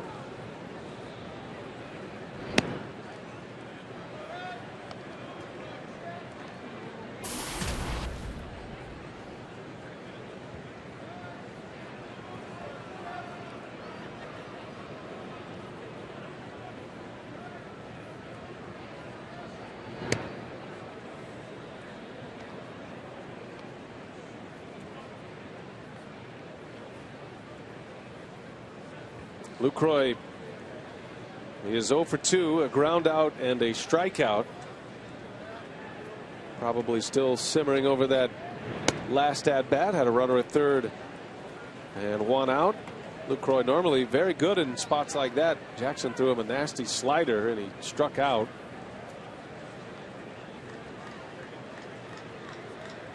He's been the best run producer the Brewers have had this season. Career year in that category and among the best in the major leagues for catchers. He's in the game as a first baseman tonight. But of his 78 runs batted in, 73 are as a catcher. And that's tied for the major league lead. There's a walk. So a man on with 1 away. And a base runner for Aramis Ramirez.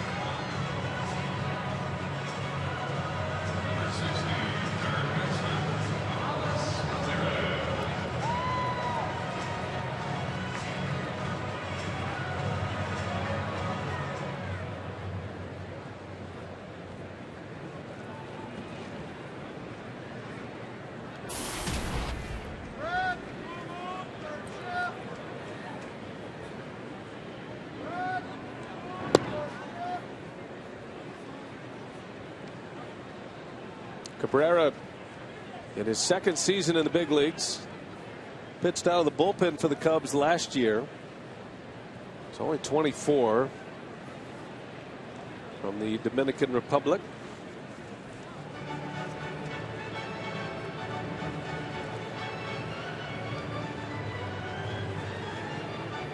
As Carlos Gomez ready to hit next. Our Ho-Chunk Gaming Wisconsin text question: who does the voting for the Gold Glove Awards? Karen and Mequon wants to know, and the managers across the league. I think it's a lot of different people to vote for that.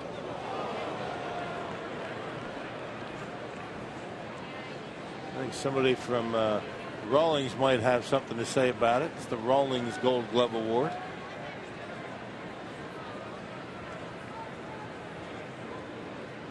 Now managers and coaches, the postseason awards. Managers and coaches cannot vote for your own player.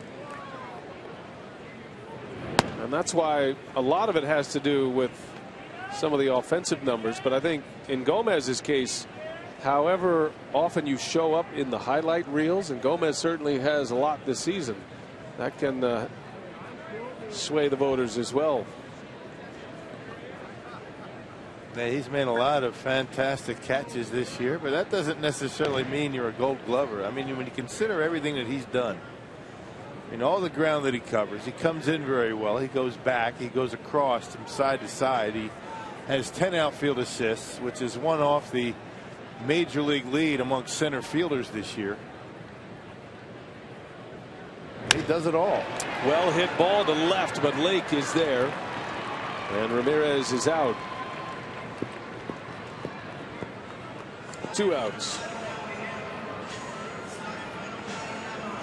And not to take anything away from the managers and the coaches, and they see players, but it's hard to ask a manager who's in a pennant race.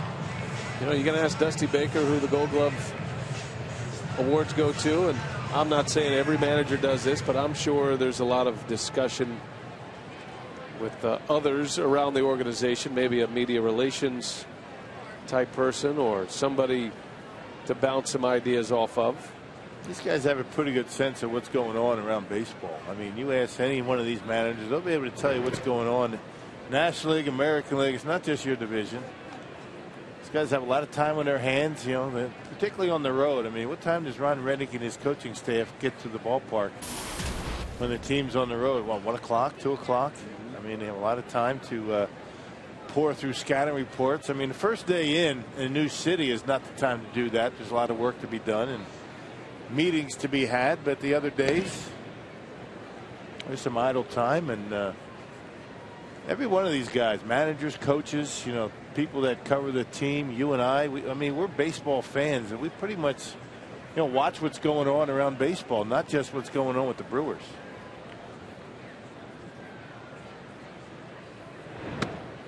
That ball bounces away from Castillo, but Lucroy will hold his ground. I was talking to Carlos Gomez, today in the clubhouse, and asked him about those catches and things like that. He tells me that he'll go home and he'll DVR the game, and he'll go home, and whether it be that night, if something's bothering him about the game, or the next day, he'll sit down and watch the game and watch his angles that he takes on every fly ball that's hit to him.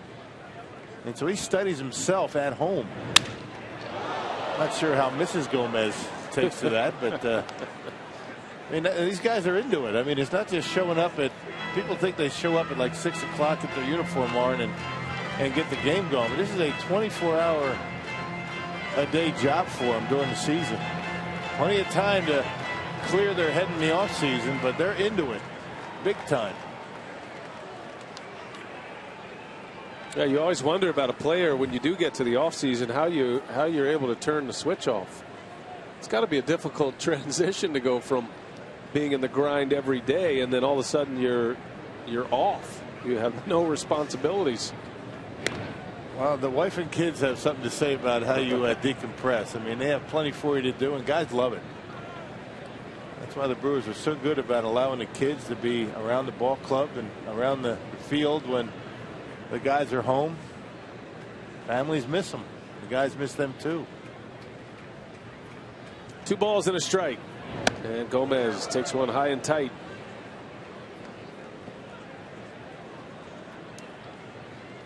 Facing Alberto Cabrera, his countryman. Cabrera spent most of the year in the Southern League. He was very good in Double-A Tennessee.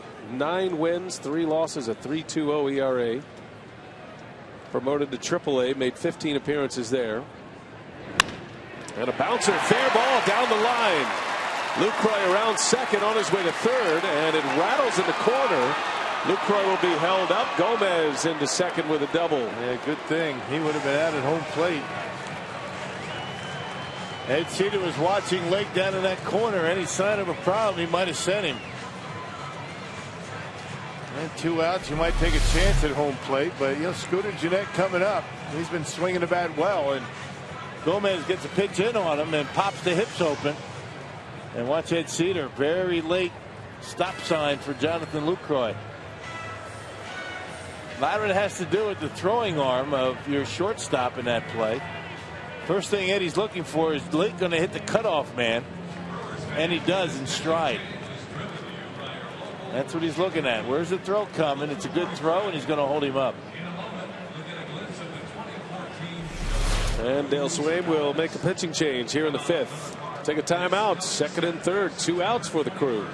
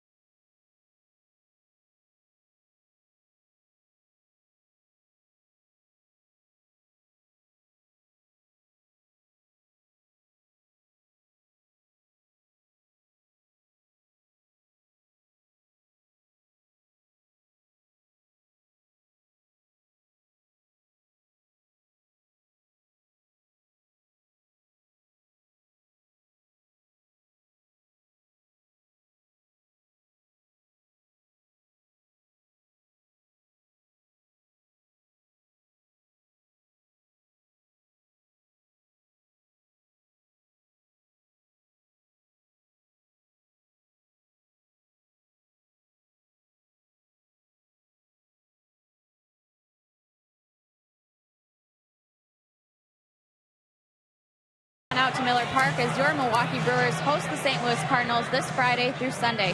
For tickets, call 414-902-4000 or visit Brewers.com. Scooter Gennett comes to the plate, and Ron Renneke saying yesterday that he loves Scooter's confidence. Scooter has hit at every spot in the lineup except for the cleanup spot, which Scooter quipped, hey, I think there's a weight limit to bat cleanup on this lineup. But Ron Renneke said it's unusual for a guy to show that kind of confidence, especially in his rookie season, but says that's why Scooter's been so successful, especially this past month. And the next step on the progression chart for Gennett, how will he handle left-handed pitching at the major league level? And he'll get a shot to try to handle one right here with Brooks Raley coming on. His numbers in the minor leagues not too bad, but he struggled against lefties. Only 2 base hits for Scooter. That's why Dale Swaim brings on the left-hander. He's got a couple lefties to deal with, Gennett and then Caleb Gindel. 5th appearance for Raley. Made his major league debut last year with the Cubs.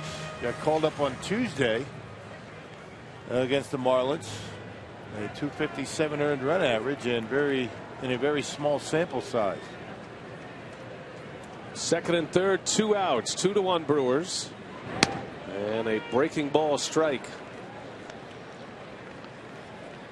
Gennett had the first hit for the Brewers. Edwin Jackson went the first 3 innings without giving up a hit, and he was taken out after 4. Gave up 2 hits and 2 runs last inning. There's strike 2.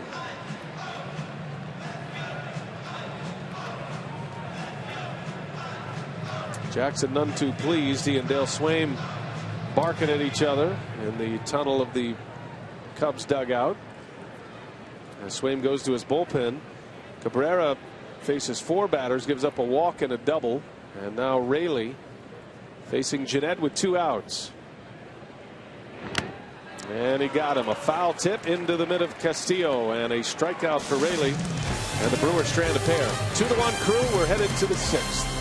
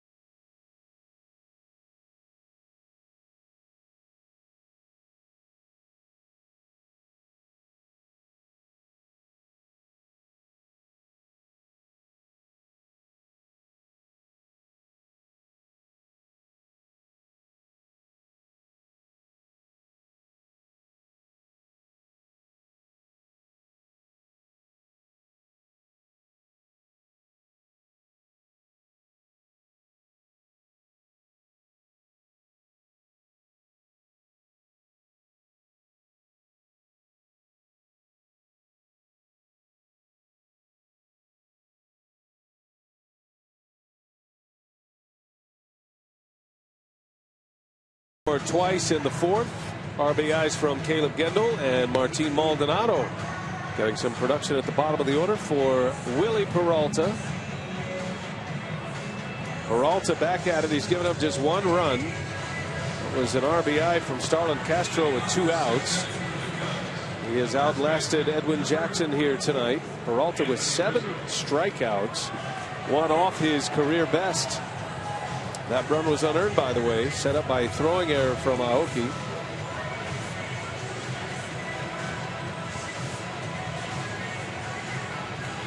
And here we go to the 6th. Anthony Rizzo will lead off.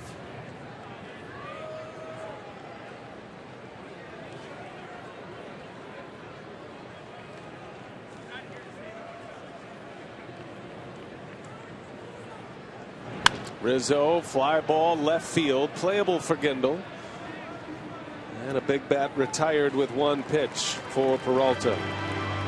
And not sure how you can call that run unearned. It was a double.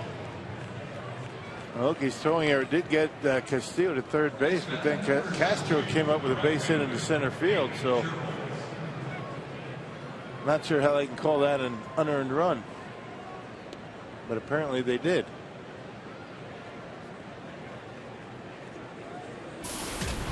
That'll bring up Nate Scherholtz. Maybe it is all of those outfield assists from Carlos Gomez swaying the decision.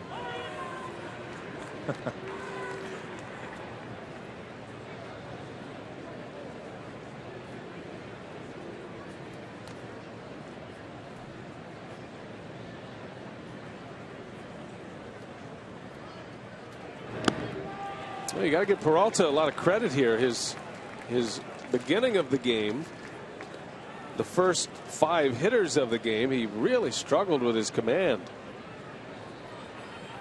Had a pitch count into the 30s. He had walked 2 batters. And you could tell he was wrestling a little bit. That ball's hit well. Fly ball to right, going to be foul. Actually got jammed. Looked better than it, and sounded better than it ended up. Peralta, I'm not sure where exactly it came. He did strike out Scherholtz to end the first inning on that strike him out, throw him out double play, but he found his breaking ball along the way, and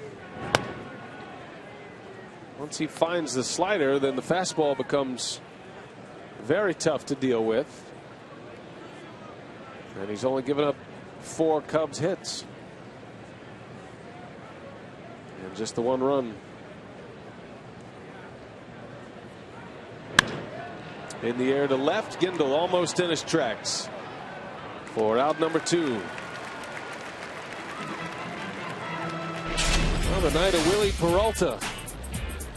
Well, he's been outstanding. I mean, attacking the strike zone. He was able to wiggle himself off the hook a couple of times. He's had an electric fastball. He found his curveball. It all started with a 3-0 count to Junior Lake in the 2nd inning. Up until that point, he really had no feel for that pitch. He came back to get him on a breaking ball.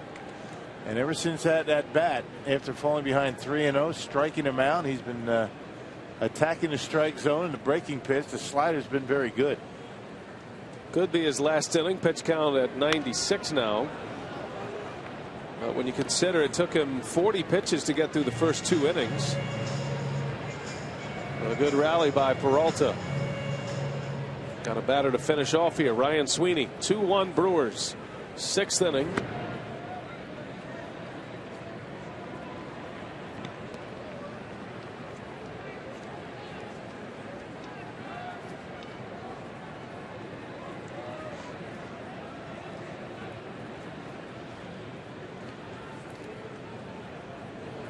The sinker.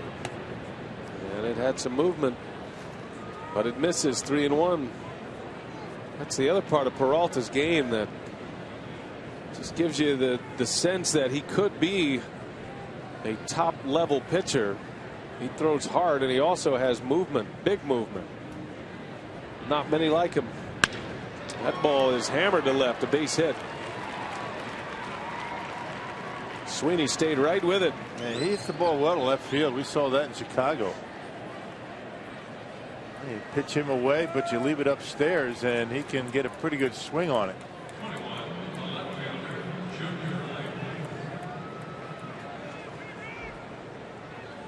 He's still looking for a 3-up, 3-down inning. Has not been able to get one.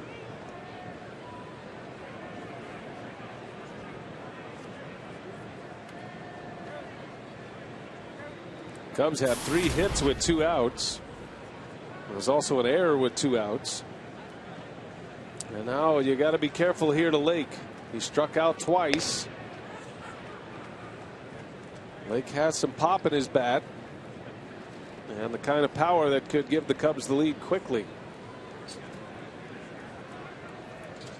Peralta fell behind him in the second inning. 3-0, came all the way back to strike him out.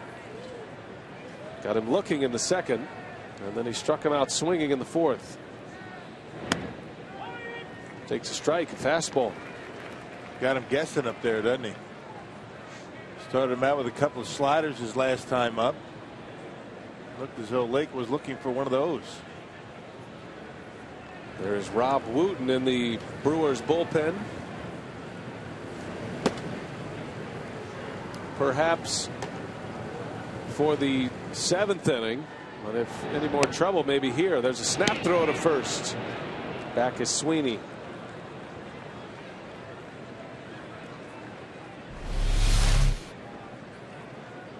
Man, good pitch for a pickoff, a pitch away, and Maldonado trying to keep Sweeney close.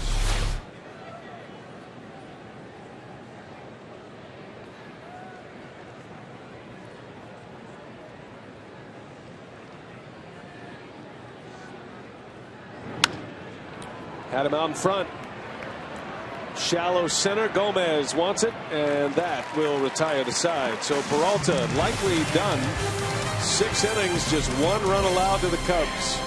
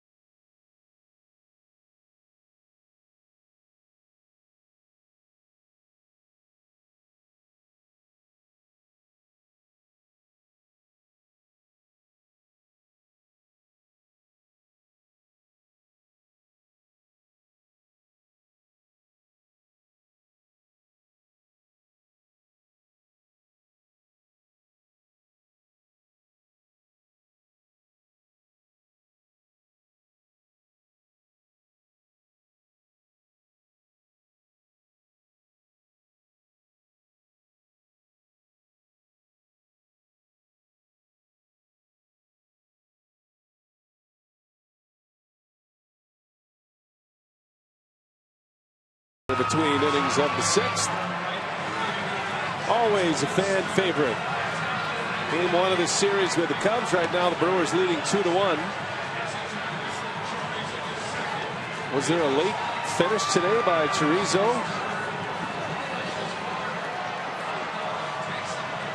Oh, the Italian just hanging in there. Well done. Had to dig down for a little extra. The Italians. Caleb Gendel will lead off. 2-1 Brew Crew as we go to the bottom of the 6th inning. Brooks Raley stays on to pitch, and this is inside. He struck out Jeanette to end the threat last inning. How about Gendel yesterday? The Powerball home run count. Gendel goes just a shade into left center for his 4th big league home run. Yeah, quick bat. He showed it tonight too. You know, it was between innings. We wrote to Tim O'Driscoll, the official score, and asked him about that unearned run that he charged. And it's the official scorer's discretion on whether he thought that the runner would have scored had he been at second base on that play. And according to the Brewers official score tonight. He did not think that the Cubs catcher would have scored on that base hit with 2 outs, so he gave Peralta an unearned run, not an earned run. That was a 2-out RBI single by Castro in the 5th inning. I thought that was an automatic call. So I learned something tonight. Official scores discretion. Right. And for Tim O'Driscoll, who's seen Carlos Gomez throw out a number of base runners at home plate, maybe the reputation precedes him. Yeah, and the catcher at second base, I think, more importantly, right? There's a bouncer. Barney makes the play and cannot get the ball in his hands, and that'll be an infield hit. Great effort by Barney, the Gold Glover from last season. But Gindel is aboard, and he has 2 hits and a walk tonight. And nice at bat for Caleb Gindel. He got ahead in the count. And able to get a fastball, and once again with the quick hands, able to get an infield base hit. So yet another infield hit for Milwaukee. Runaway leaders in the major leagues in infield hits this year. And Barney probably thinks, I should have had that. Should have made that play. Normally he does. An excellent defensive second baseman. There was a stretch last year where Barney went 41, or rather this year went 41 consecutive games without an error. That's the current streak. Went most of the season last season without an error. 71 games without committing an error last year for the Cubs, and that earned him the Gold Glove, and that's saying something when you have Brandon Phillips in the league. And saying something as a second baseman. How many blind throws does he make the first base turn into double play? A lot of chances in the middle of the infield. That's impressive.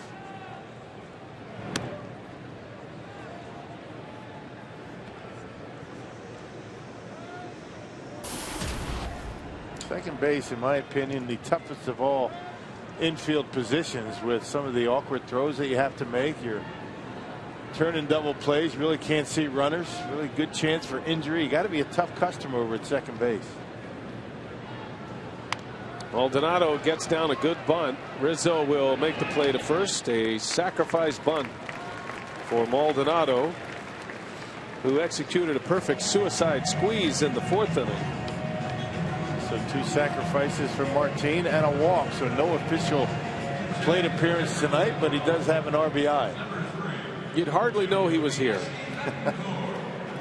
if you're just looking at the newspaper.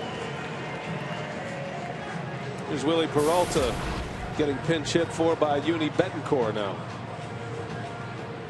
So Peralta, 6 innings, 1 run on 5 hits, and he strikes out 7, 1 off a career best. Got a chance to win this one tonight.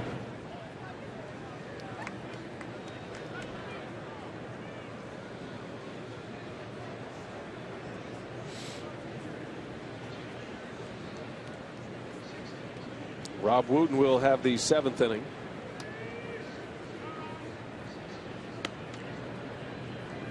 Some games are going final now. The Tampa Bay Rays keep the Rangers in a slump. Rays win 6-2 over the Rangers. Boy, the Texas Rangers are in a free fall right now. And Matt Garza lost again for Texas, the former Cub. 6.5 games behind the Oakland A's. That one's very close to being over. Garza traded from the Cubs to the Rangers. Texas giving up 3 big prospects, thinking Garza would be the missing piece. Garza's now 3-5 as a Ranger with an ERA around 4.5 after a 6-1 start as a Cub.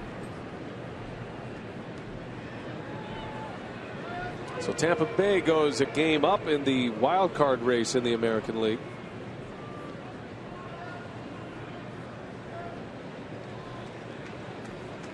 The team to watch out for, the Cleveland Indians. Yeah.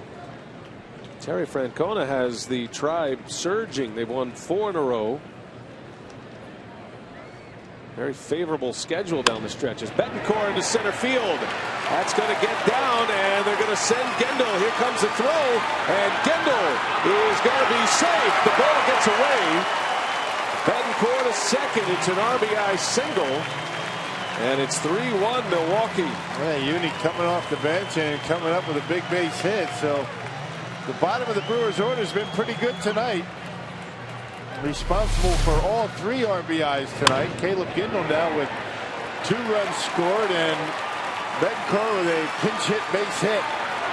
Pretty good throw out there from Sweeney.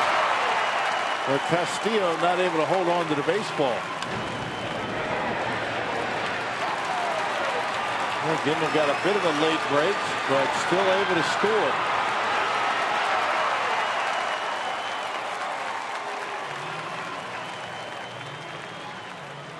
Yeah, just Castillo missed the ball trying for the swipe tag, which was the only shot he had at Gendel. Yeah, good slide by Gendel. Never did have the baseball and able to grab the plate with his hand as he went by. Yeah, right to the back. Well done. Gendel having a big night tonight. Scores for the second time, 3-1 Milwaukee. And Betancourt at second base with 1 out.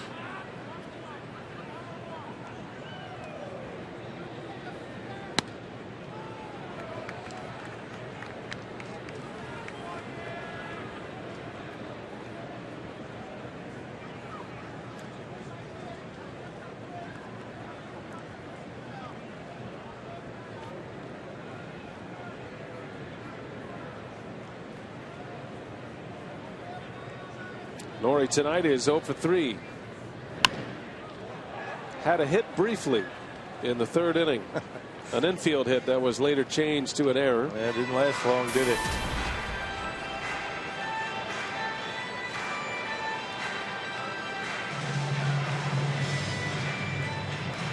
Well, what? Better to have had it hit for an instance than to never have a hit at all, right? I think there's some kind of proverb that talks about that, isn't it? Yeah. Better to have loved and lost than to have never loved at all, Rock.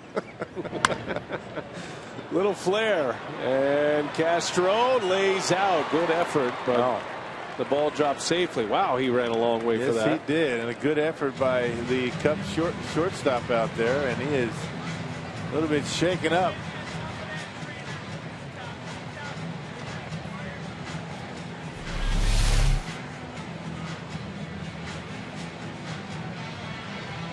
Never did get a glove on it. Did the ball bounce up into his face?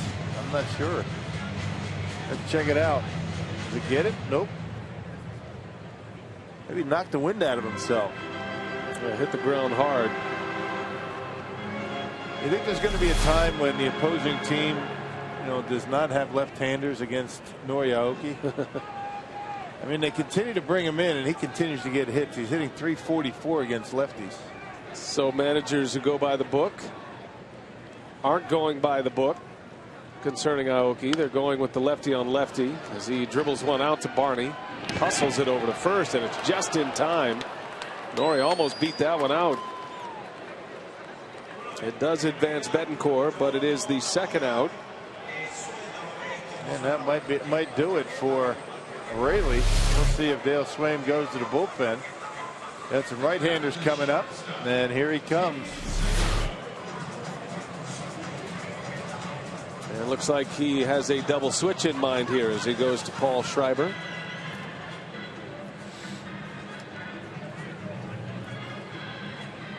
So a pitching change at Miller Park, and we'll set it up when we come back.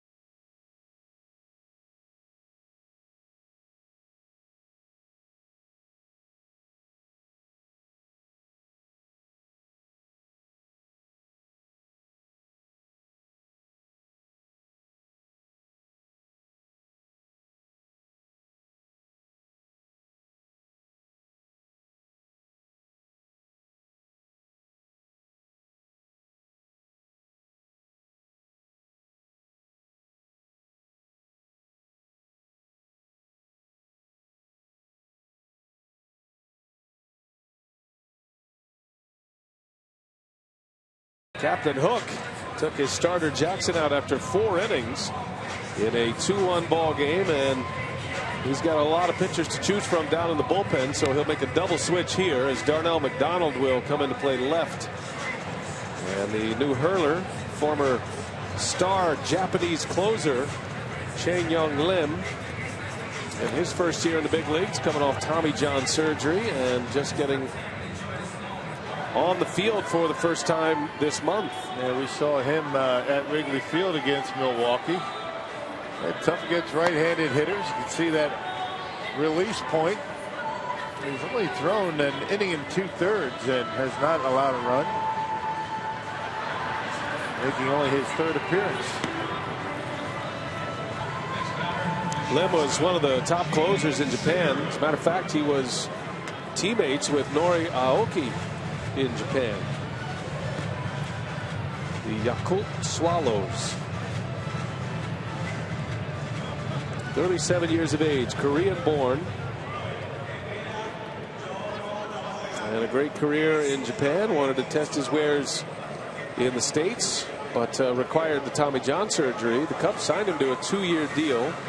This is the first of that deal, so they're hoping to reap some of the rewards next season, as they're just trying to get him going and get him into some game action leading into the offseason. Runner at third with 2 outs. Betancourt drove in a run a moment ago to make it 3-1. Here is Segura.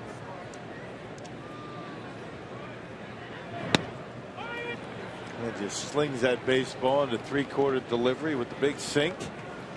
Yeah, the release point is why he has the movement that he has.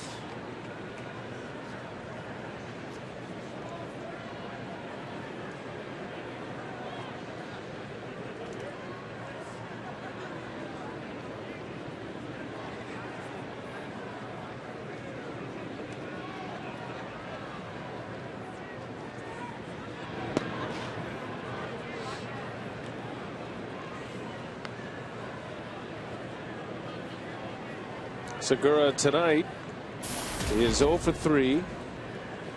Batting average at .298 currently. And looking to drive in a run with 2 outs. Brewers lead 3-1. We play in the bottom of the 6th.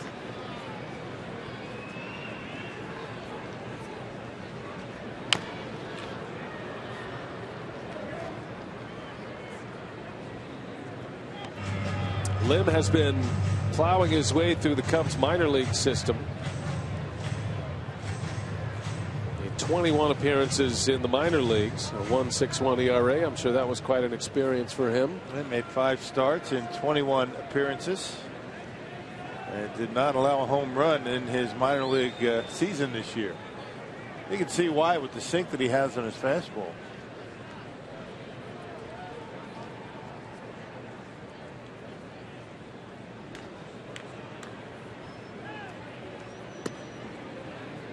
His nickname is Zero. Now that's a cool nickname for a pitcher. That's every pitcher's goal, to put up zeros.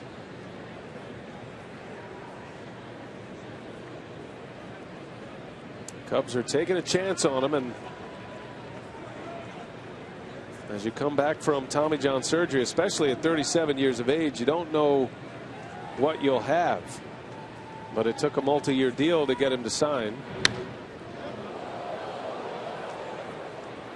Yeah, the Cubs notes have an interesting line.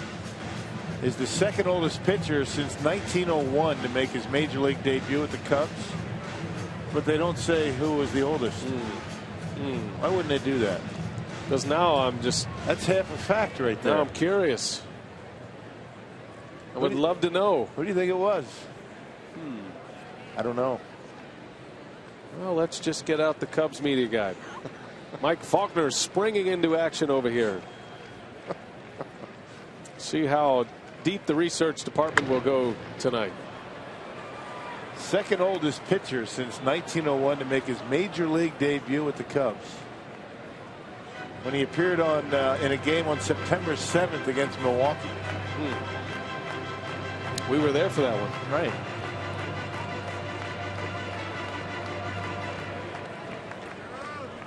Oh, it's on now. I wish we had one of those little stopwatches. Statsman Mike Faulkner is right in his wheelhouse. Can he do it? He's got 3 innings. 2-2. Segura into left field, and it's going to fall. A base hit. Betancourt will score. Segura racing to second, and the throw is late. A double and an RBI for Segura makes it 4-1. Well, Mike has some extra time in his inning to come up with the answer. A little bonus time.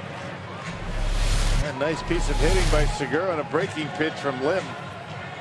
Reaches out, able to hook it. You can see where McDonald is. He's playing straight away, gets it down the line, and with his good speed, he's able to get into second base. It was with a couple of 2-out base hits to score a couple of runs.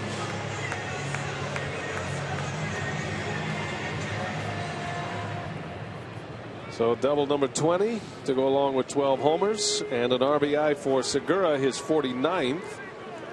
And he makes it 4-1. That'll bring up Lucroy now.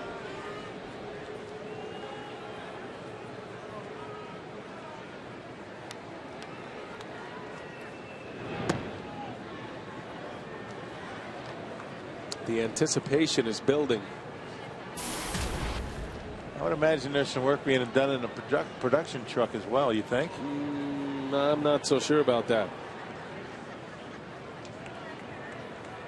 They have a lot more to do than just, look up facts that we're arbitrarily bringing up.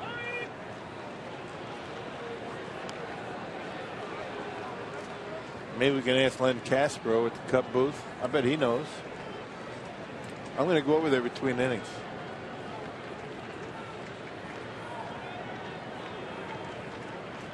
I'm saying he doesn't know.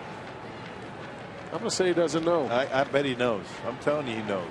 All right. Now we got 2 things to keep an eye on tonight. There goes Segura, and the pitch is outside for a ball, and Segura steals third base. Cubs don't even bother holding him on. The National League leader in that category.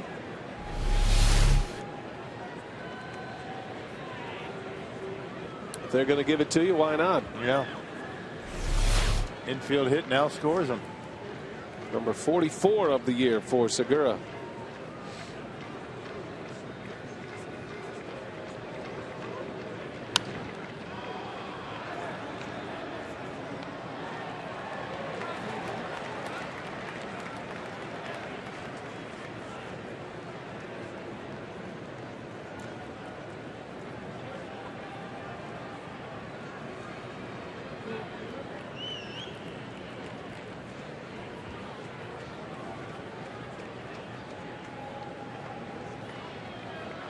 Lucroy trying to add to the lead.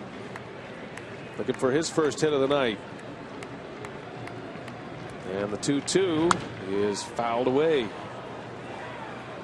The Cardinals and the Rockies are all tied at 1 in the 7th.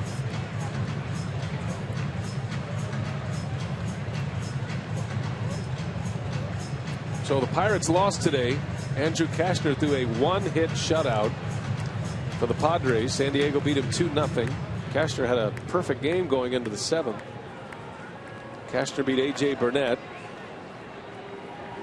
Cardinals and Pirates tied atop the Central Division. The Reds have a lead in the 9th over the Astros 6-1. So they can gain some ground. Lucroy right field. And Scherholtz is there for the out. Inning over, but the Brewers get a couple of runs. 2 RBI hits. Betancourt with a single to make it 3-1. Great slide by Gendel, and then with 2 outs, Segura comes through, and the Brewers lead the Cubs 4-1. 7th inning coming up from Miller Park.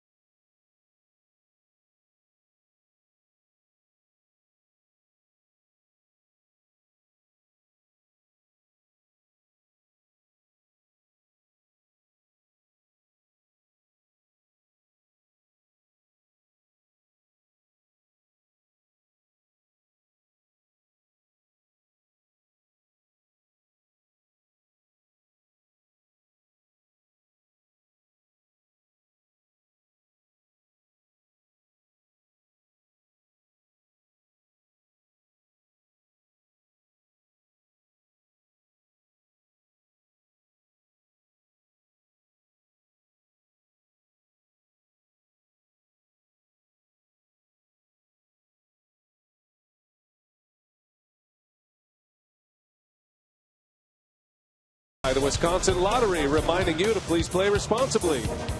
And by Miller Lite. It's not just a good time, it's Miller time. Beautiful Miller Park and a little bit cool tonight, all closed up. Caleb Gendel's having quite a night this evening against the Cubs. Has 2 hits, 2 runs scored. He's driven in a run and he's walked. Had a great slide to score last inning, giving the Brewers a little insurance. So now it's 4-1 Rock, and it'll be Rob Wooten on the mound to pitch for the Crew. Yeah, 22nd appearance for Wooten, a 3-1 record out of the bullpen. So when he's come in, he's been able to be fortunate enough to get a couple of wins, a 286 earned run average. And Rob Wooten has certainly elevated his status, and he gets the 7th inning. The AAA closer in Nashville this season, Rob Wooten, getting a chance in the big leagues. His 2nd career game came against Chicago back in late July. As a split finger fastball, it's an effective pitch for him, but he also throws a slider.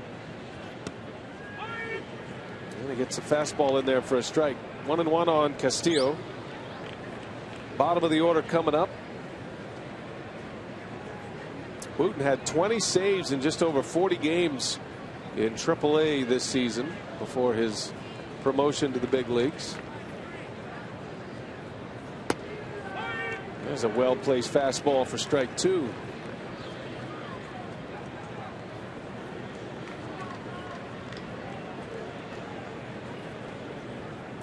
Excellent goatee going. Emphasis on the goat.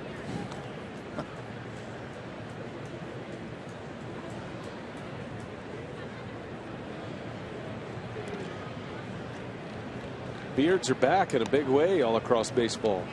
Yeah. And by the way, you were right about Len. He didn't know, but it was in the Cubs notes when Len made his debut when he got called up. But they don't have the name of the guy in the notes any longer. It must have been a long name because it must have taken up a lot of room in their notes. Bouncing ball hits the mound, and Jeanette plays it on a tough hop. Good strong throw to get the out. That ball hit the mound. It took a little steam off, but it threw Jeanette out of his rhythm. And the defensive alignment for the Brewers paying off right there.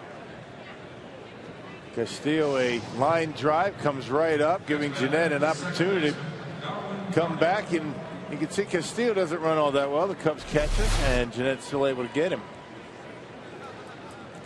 Pretty good hands to make that play.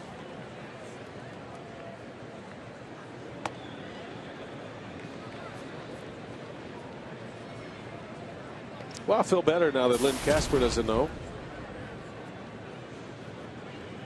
Mike Faulkner has got smoke coming out of his ears trying to find it.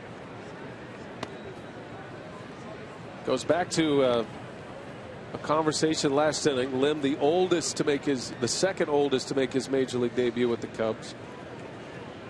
And we're looking for the oldest.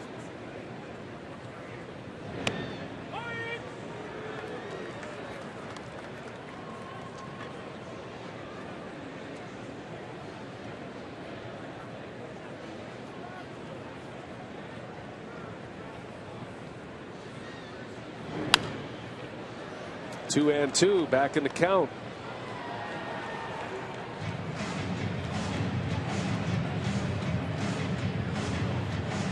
The Colorado Rockies, by the way, have taken the lead over the Cardinals. 2-1, bottom 7. So the Reds are finishing off a victory over the Astros, 6-1. Got a win from Johnny Cueto tonight, by the way. Cueto returned to the rotation. He's back. 5 innings of shutout ball against Houston.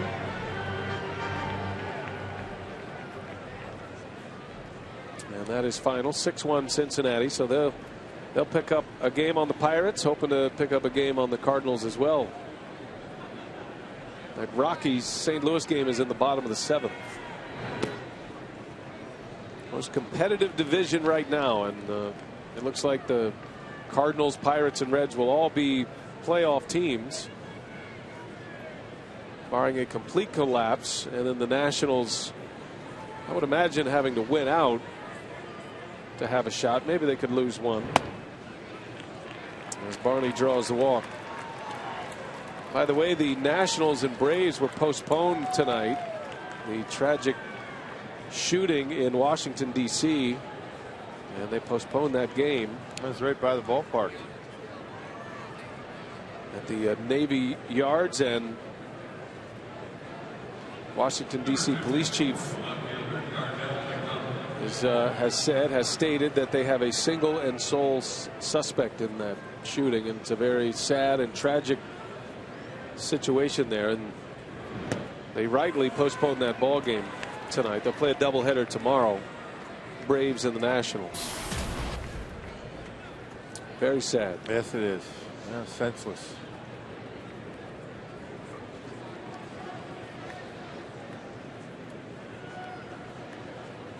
Darnell McDonald batting for the first time.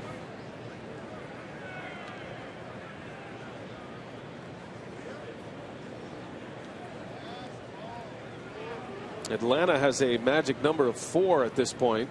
They're a runaway train in their division. 10-game lead over the Nationals. Have a chance to turn it here. Jeanette Segura in time double play. Another one turned. Brewers have 3 double plays tonight, and all 3 have ended innings. Rob Wooten puts up a 0 in the 7th.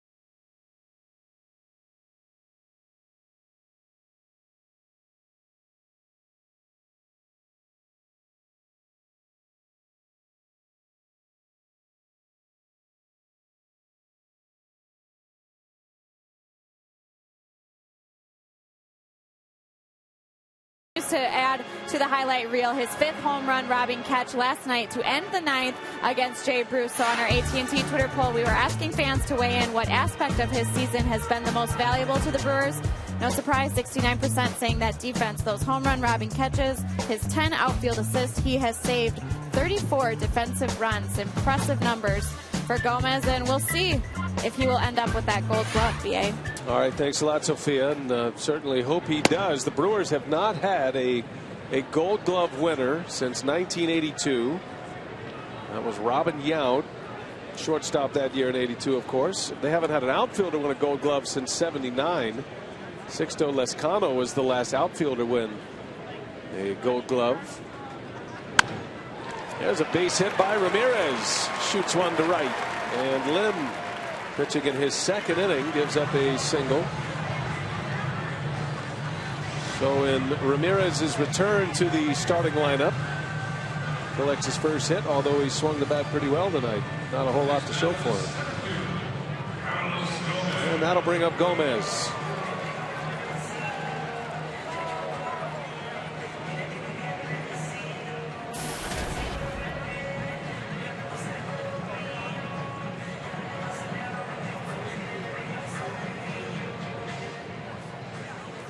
Gomez doubled in the 5th inning.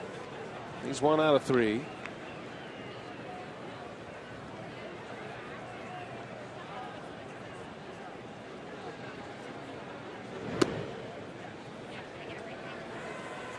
Watching Lim throw, it's amazing that he didn't need Tommy John surgery before he was 36 years of age. That looks like some serious torque on the elbow.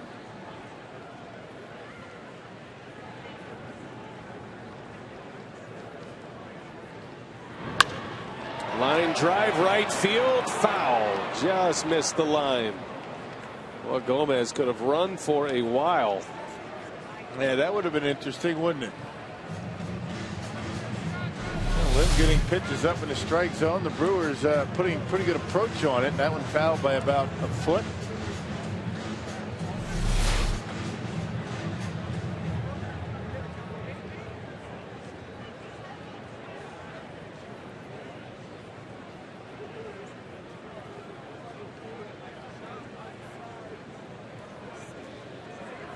Ball and a strike to Gomez. And he tries to bunt his way on. Maybe in self-preservation, bunts it foul.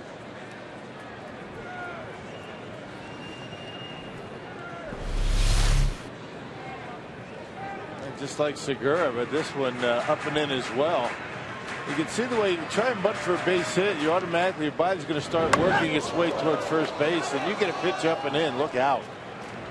Exactly what happened to Segura early in the game.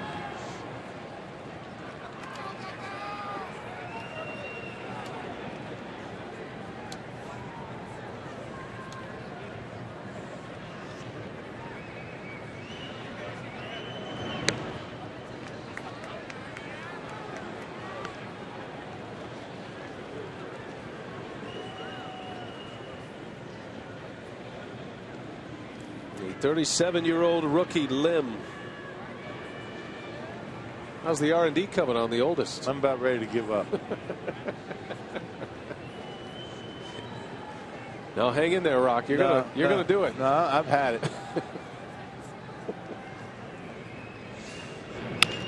Bouncer foul. I mean, I made an effort. Have you exhausted your search engines at this point?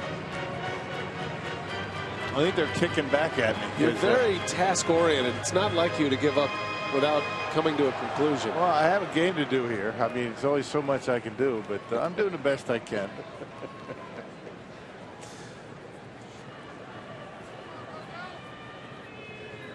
2-2 to Gomez. It's like a good puzzle, like a good riddle. You got Mike Faulkner over. He's not going to be able to sleep tonight. It's going to take him 3-4 days to get this one out of his head, and he's doing it with his phone. Well, you know, I keep Googling, oldest major league debuts, things like that. Right. They come up with Jim Morris. Remember the guy? Sure. 35 years old, made his major league debut, the pitcher. Yeah, the Rangers. Right. Made a movie about it. I remember it well. So that's where it stands. I mean, that keeps but that disrupting your search. Yeah. Maybe if you added Cubs in there. I did that. Well, they don't have anything. It kicks right back to the youngest major league debut. I wish I could talk to Google and say, I don't want that. I want the oldest. Maybe you try another one. Maybe you try Bing. I'm done. It's not like you, Rock. Well, it is tonight. Come on, man. Push through. I know you can do it. If Burt Badenhop can name every minor league city in the world, you can do this. As Gomez gets jammed. And a fly ball caught by Sweeney. By the way, did you catch Burt Badenhop on our Brewers Live pregame show? I did, yep. So we have this little segment called Stump the Hopper. And Badenhop, this is the second version of it. Last time it was just minor league teams, and he nailed them all but one. This time they started throwing in Japanese teams. And he got almost all of those, too. Cebu Lions kind of stumped him, but hey, did a heck of a job, didn't he? Pitching change here at Miller Park. Another one.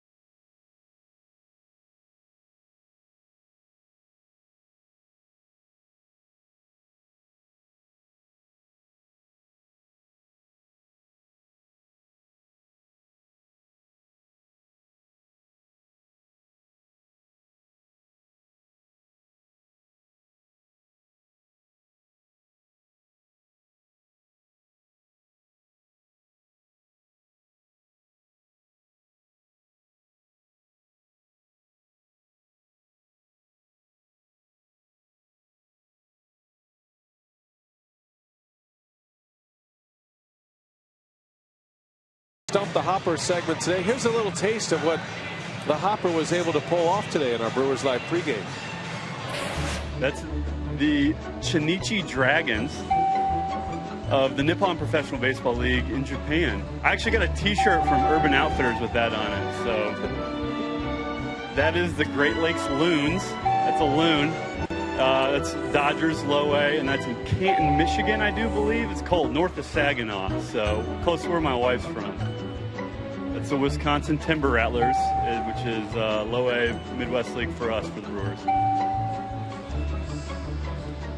All right, that's I'm guessing the Yomiuri Giants. Yeah, perennial powerhouse in Japan there. Talking to Kosuke and Nori, this helps me out. He helped me out a little bit the other day. That is the Omaha Storm Chasers, which is the AAA for the Royals, I do believe. Formerly used to play at Rosenblatt Stadium, but they got a new one. It's a confusing logo, huh? I love how he has a little tidbit for every one of them. It's amazing, isn't it? It's not just the name and the level. Well done, Hopper. Pitching change here, and the new hurler is Zach Rosscup with Scooter Gennett at the plate. His sixth appearance, has not allowed a run. 2 2/3 innings. One more left-hander left down in that bullpen for the Cubs, James Russell, and a number of right-handers left.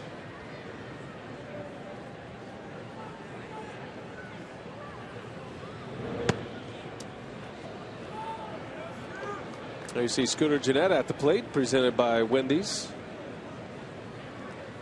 Started the rally in the 4th inning. Brewers at that time had not had a hit. He singled. 2 runs were in. That was the last inning for Edwin Jackson, who was still on the hook for the loss. Bert Badenhop said his knowledge of minor league cities came when he was just called up. The veterans used to make the rookies do something obscure to bide time in the bullpen, and that was his challenge. And they quizzed him on minor league cities. Little flare to left, and that'll be run down by McDonald. Hey, on Friday, high school and college students can purchase select tickets at special savings courtesy of Time Warner Cable. Some restrictions apply. Visit Brewers.com/students.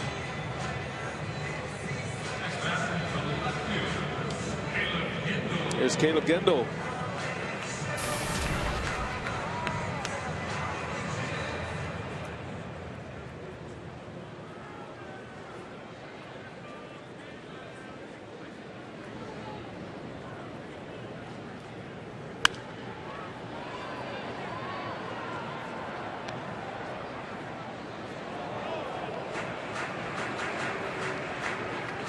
Gendel with 2 hits and a walk. Drove in a run in the 4th. He homered yesterday with his 2nd career triple in the big leagues. Drove in a run in the 4th. Put the Brewers on the board for the first time.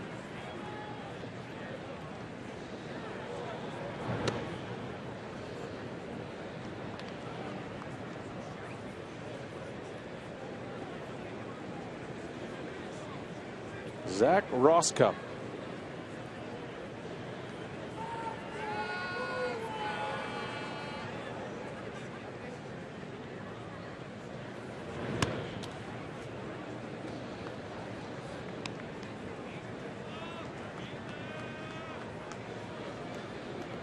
Two gone here in the Brewers 7th.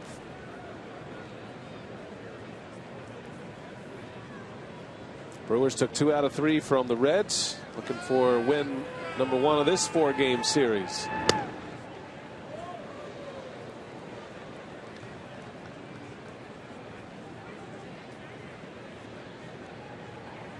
Willie Peralta started tonight. He went 6.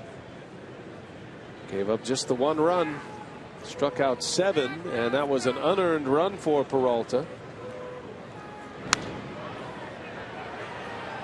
If the Brewers hang on to win, Peralta would go to double-digit victories, 10 wins. They'll have a couple more starts. The book is still out whether Ron Renicky is going to be able to find a start for Jimmy Nelson or not. Brewers are already in a 6-man rotation with just 13 remaining after tonight. In the air to center, pretty well hit. Back is Sweeney, going back, and that ball's gone. Up and out it goes as Gendel, a 2-run home run. Have a night, Caleb Gendel. They double away from his cycle. His 3rd hit, and now 3 runs batted in. How about this guy tonight? Wow. All right, lefty versus lefty. He's got 2 hits against left-handed pitching tonight. And takes Rosscup deep to center field. Out over the plate. Look at that, the way that head's down. He stays right on it, doesn't pull off at all, and drives that one out of here to center field, deepest part of the ballpark. He gave the Brewers a 5-run lead. A 2-out, 2-run homer as Maldonado sends one deep to center field. That ball's got some carry. And Sweeney right there at the wall makes the catch to end the inning. Gave it a ride, but Caleb Gendel adds some insurance. He's a double away from the cycle. And his 3rd hit is a long ball. Number 5 for the year, and it's 6-1 through.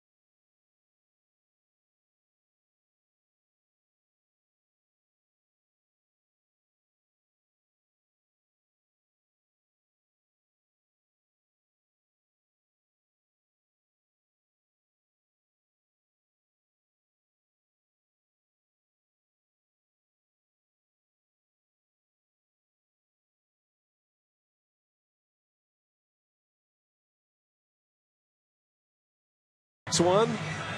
Hey, why the long face? Brandon Ketzler on to work as we go to the 8th. Unannounced crowd of nearly 25,000 tonight on a Monday night.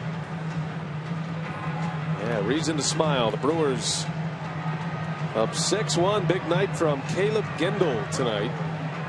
3 hits, a walk, double away from the cycle. And has 3 runs batted in, and he's homered in consecutive games now.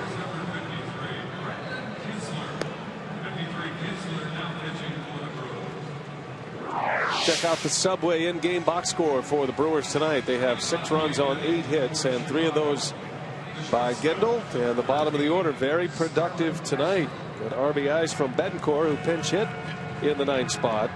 Maldonado had a squeeze bunt RBI. Gendel with 3 ribbies. And Scooter Gennett has been on twice. So here we go to the 8th, and the Brewers setup man, Brandon Kinsler, with a 5-run lead to work with. And he will face the top of this Brewers, or rather this Cubs batting order.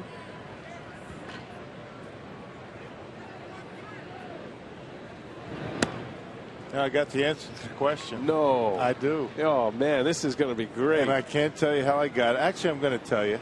One of my fantasy campers, watches. Yes. Sean Kremlich. Okay. He's an Illinois guy. Came in. Power hitter. Came up with the answers. Joe Barry. It was 1942. And he was 38 years old when he made his major league debut. Born in December 16th, 1904. And made his debut on September 6th, 1942. Bump. You know, they called him Jittery Joe.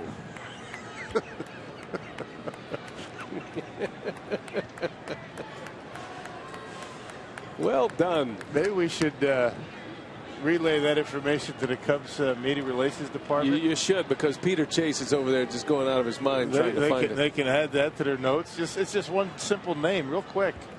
Yes, and it's not a long name either. Made his debut in 42. Castro rolls out to Ramirez. You know who's the happiest guy in the ballpark? Guy next to you. Yeah, Mike Faulkner. He had a full-out sweat going. Off the hook, it was starting to look like his last day with the Brewers. Huh, Mike? It's okay, man. Just needs a hug. He can't get all the answers, right? Not for lack of trying. I mean, he did try. I saw him over there grinding away. Thanks, Sean. Yep. I think speaking of meaningless trivia, I believe Sean Kremlich is the only fantasy camper in the history to hit one over the fence. Yeah, I think you're for right. a home run. Yeah. There's a lot of little league home runs in fantasy camp, but I actually witnessed him hit one over the fence. Sean's pretty good stick. Teacher down in Illinois, if I'm not mistaken.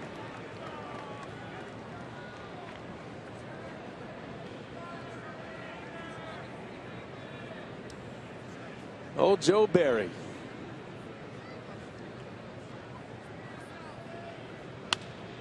In the air to right center, Valbuena out to Gomez for out number 2. I was told by Sean via text not to insult him. He's not from Illinois. Oh, he's not? He's a Wisconsinite. But he lives in Illinois.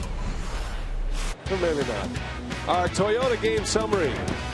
Willie Peralta, big story tonight. 6 innings, 5 hits, no earned runs allowed, and then Caleb Gendel on the other side of the ball having a big one. 3 hits. Scored a couple of runs, and the Brewers putting together a couple of big innings. Matter of fact, they have 3 2-run innings.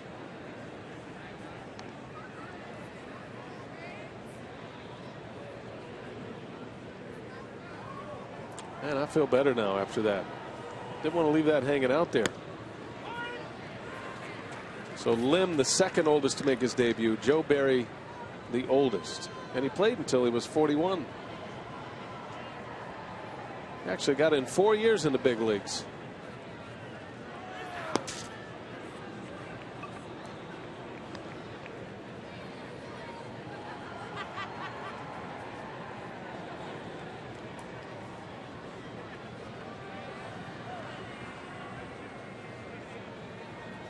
Now, if we could only find out who the last catcher to steal home was. Jeanette backhands. Nice play, and a lollipop throw is in time to get Rizzo. 6-1 Brew Crew. Bottom of the 8th coming up.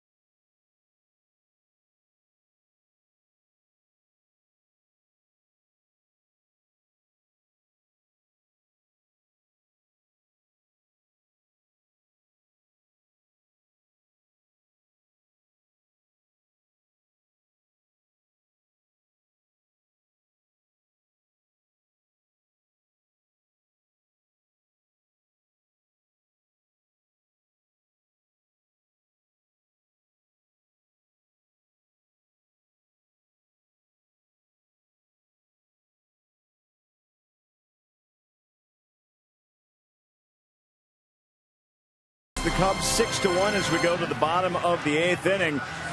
And if there's one person maybe hoping for a big 8th inning now, it might be Caleb Gindel. It's going to be a while before he can bat again, but he's only double away from the cycle. What a game tonight. Boy, he's having a great ball game. He's been on base all 4 times. He's scored 3 runs. He's got 3 RBIs and that big 2-run homer. So, I mean, hey, I don't know about another big inning, but I know he would love to have that opportunity to try it. Absolutely. We're going to have Brewers Live coming up after the ball game, of course. Get inside the Brewer dugout. Hope to hear from Gindel and manager Ron Renicky as well. This copyrighted telecast is presented by authority of the Milwaukee Brewers Baseball Club and may not be reproduced or retransmitted in any form, and the accounts and descriptions of this game may not be disseminated without the express written consent of the Milwaukee Brewers. Again, looking forward to Brewers Live postgame coming up after the ball game, Brian. Craig, thanks. Davey, thanks. And Caleb Gindel, he would love another shot at the plate. Juan Francisco will lead off. Sounded like he broke his bat. As Rondon is the new Cubs pitcher. Hector Rondon. Dale Swaim doing his best to get everyone in the game tonight. Yeah, he's having a rough time of it. A 5.5 earned run average. 24 walks, 38 strikeouts in 47 2/3 innings. That's been the issue for him, command. And a 2-1 record in appearance number 39. The 6th pitcher used by Swaim tonight. Jackson started with 4 innings. Cabrera, Raley, Lim, Rosscup, and now Rondon.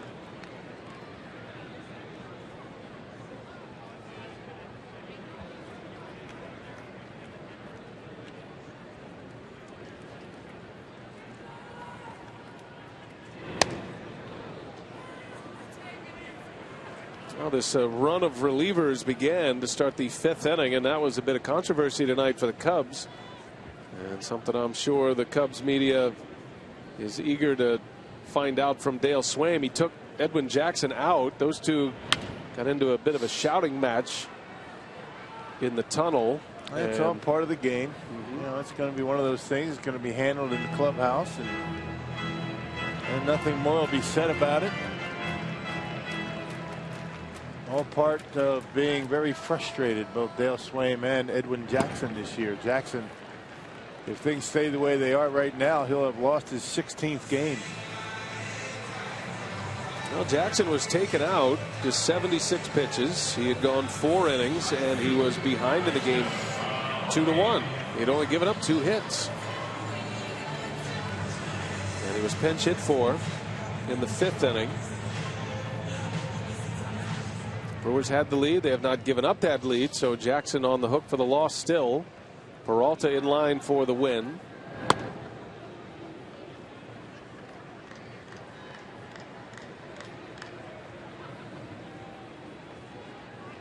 Been 5 errors in this game tonight.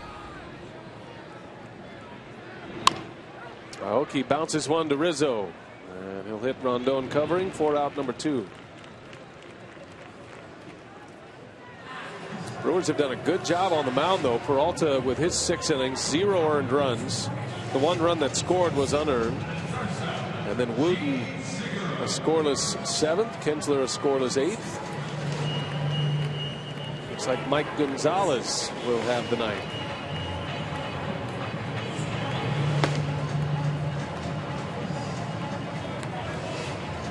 Here is Segura with 2 away. Doubled in a run in the 6th. He also stole a base.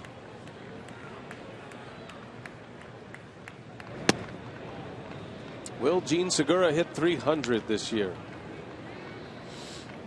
That'll be fun to follow. The difference between 299 and 300 through the course of a long major league season, not that much, but psychologically it is. Yeah. Is that something mystical about the magic 300 in the big leagues? Especially when you've been at or well above 300 for just about the entire season. From his 2nd at bat of the season, he was up over 300. All the way until the Brewers were last in Chicago on the last road trip. Or actually in St. Louis on the last road trip. So you go all of that time, April, May, June, July, August, into September. Keep it over 300, and then a bit of a slump at the plate, falls under, and he's hovering around 299 right now with his hit. That'd be nice to see him get there, but I don't think it's going to take away from what he's accomplished this year. Same thing with Carlos Gomez. Line drive to right, and Sherholtz makes the play. Inning over. To the 9th we go.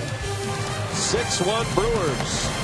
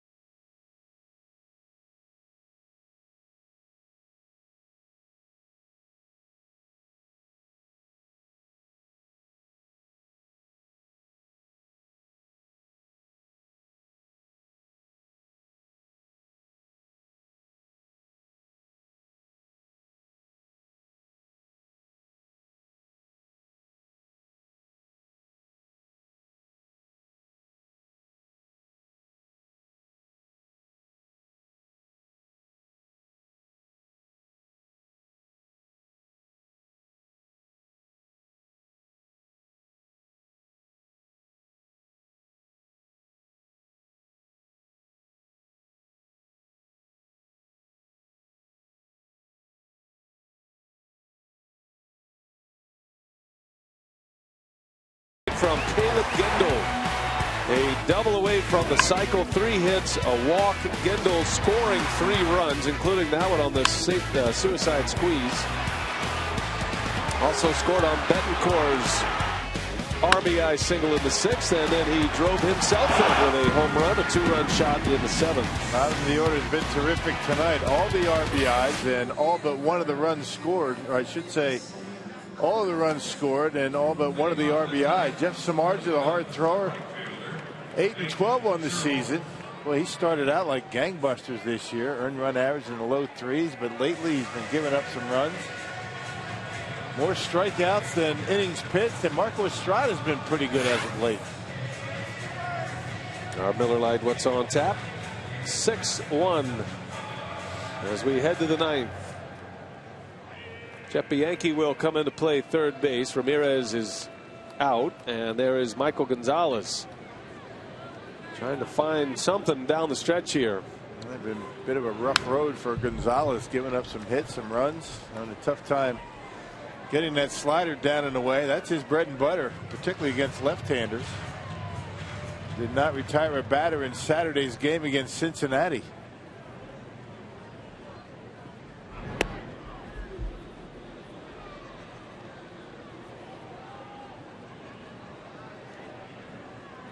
Some other scores around the big leagues. That American League wild card race is tightening up. The Indians playing at Kansas City tonight. Royals lead 7-1. That game's in the 8th inning. Kansas City's in it. They're going to need a rally. Probably can't afford to lose too many more games, maybe 1 or 2 the rest of the season. But the Royals making a run at it. Kansas City started the day 3.5 back of the second wild card spot. Tampa Bay beat Texas earlier today in the American League. So those two still make up the wild card spot. Cleveland could have jumped in there with a victory, but they're down 7-1. So then it goes Cleveland, Baltimore, New York, and KC. Deep fly ball. Gomez with room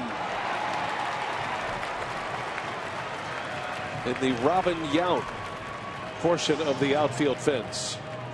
Put there to encourage triples. And Gomez able to run it down.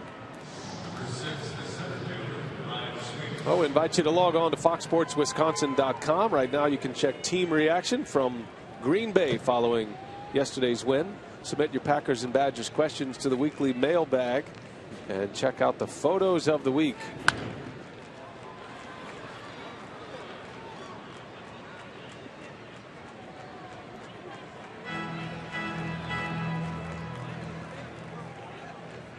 Rockies have opened up a 6-2 lead over St. Louis in Colorado.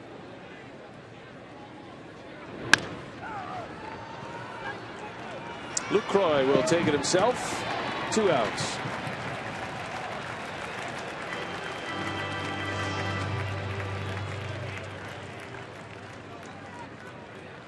Don't forget, Brewers Live coming up following the game with one more out. Craig and Davey will have it for you. And our post-game instructional. Rock with T-Bone Shelby doing a little base running. We're talking about being aware of your surroundings at first base. Don't be victimized by the hidden ball trick. T-Bone's got a good story on that.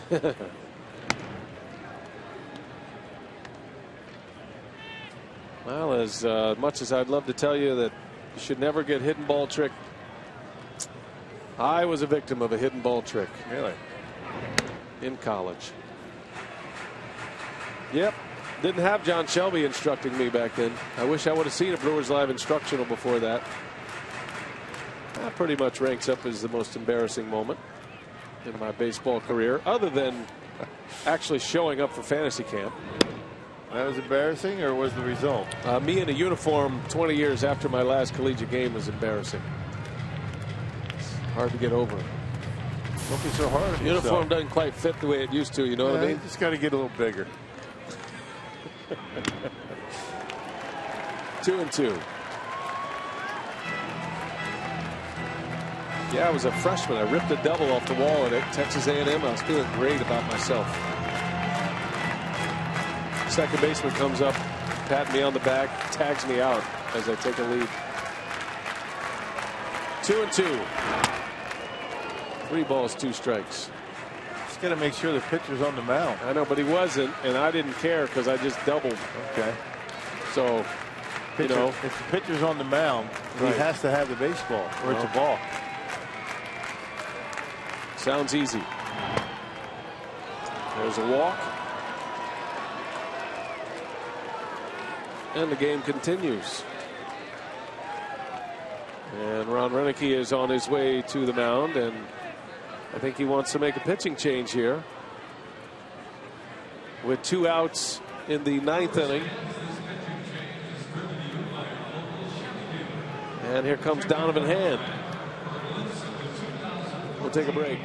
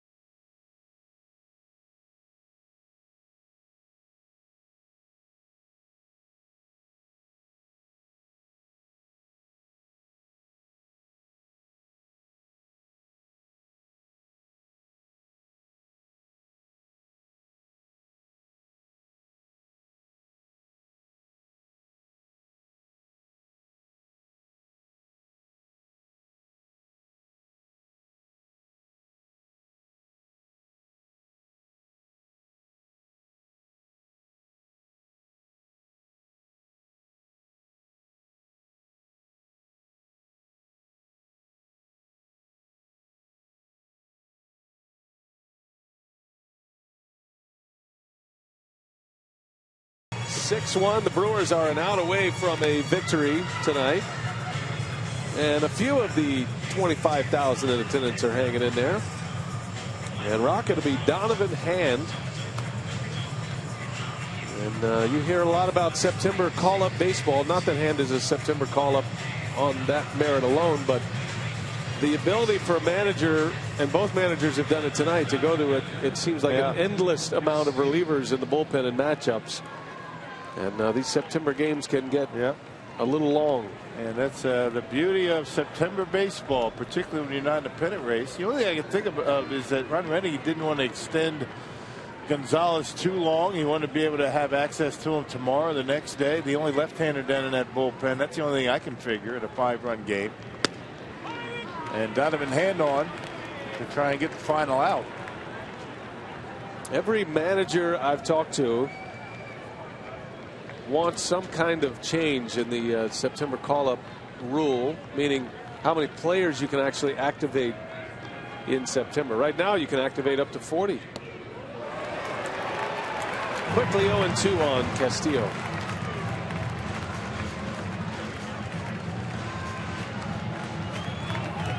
A 25-man roster all year, but they are expanded to 40, or can be expanded to 40 in September. Creates an interesting competitive situation, especially for contending teams.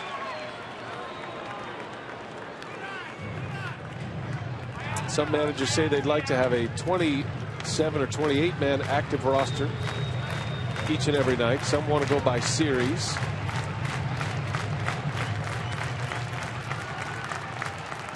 Might be a rule you see changed in the near future. The 1-2 and a line drive center field. Gomez is there. And that is the ball game. The Brewers grind one out tonight. A 6-1 win. Donovan Hand gets the last out. And a big night for Caleb Gendel. 3 hits, 3 runs batted in. Peralta the winner. He beats Edwin Jackson. Stay with us. More coming up from Miller Park. Brewers Live after the turn as the Brewers beat the Cubs 6-1.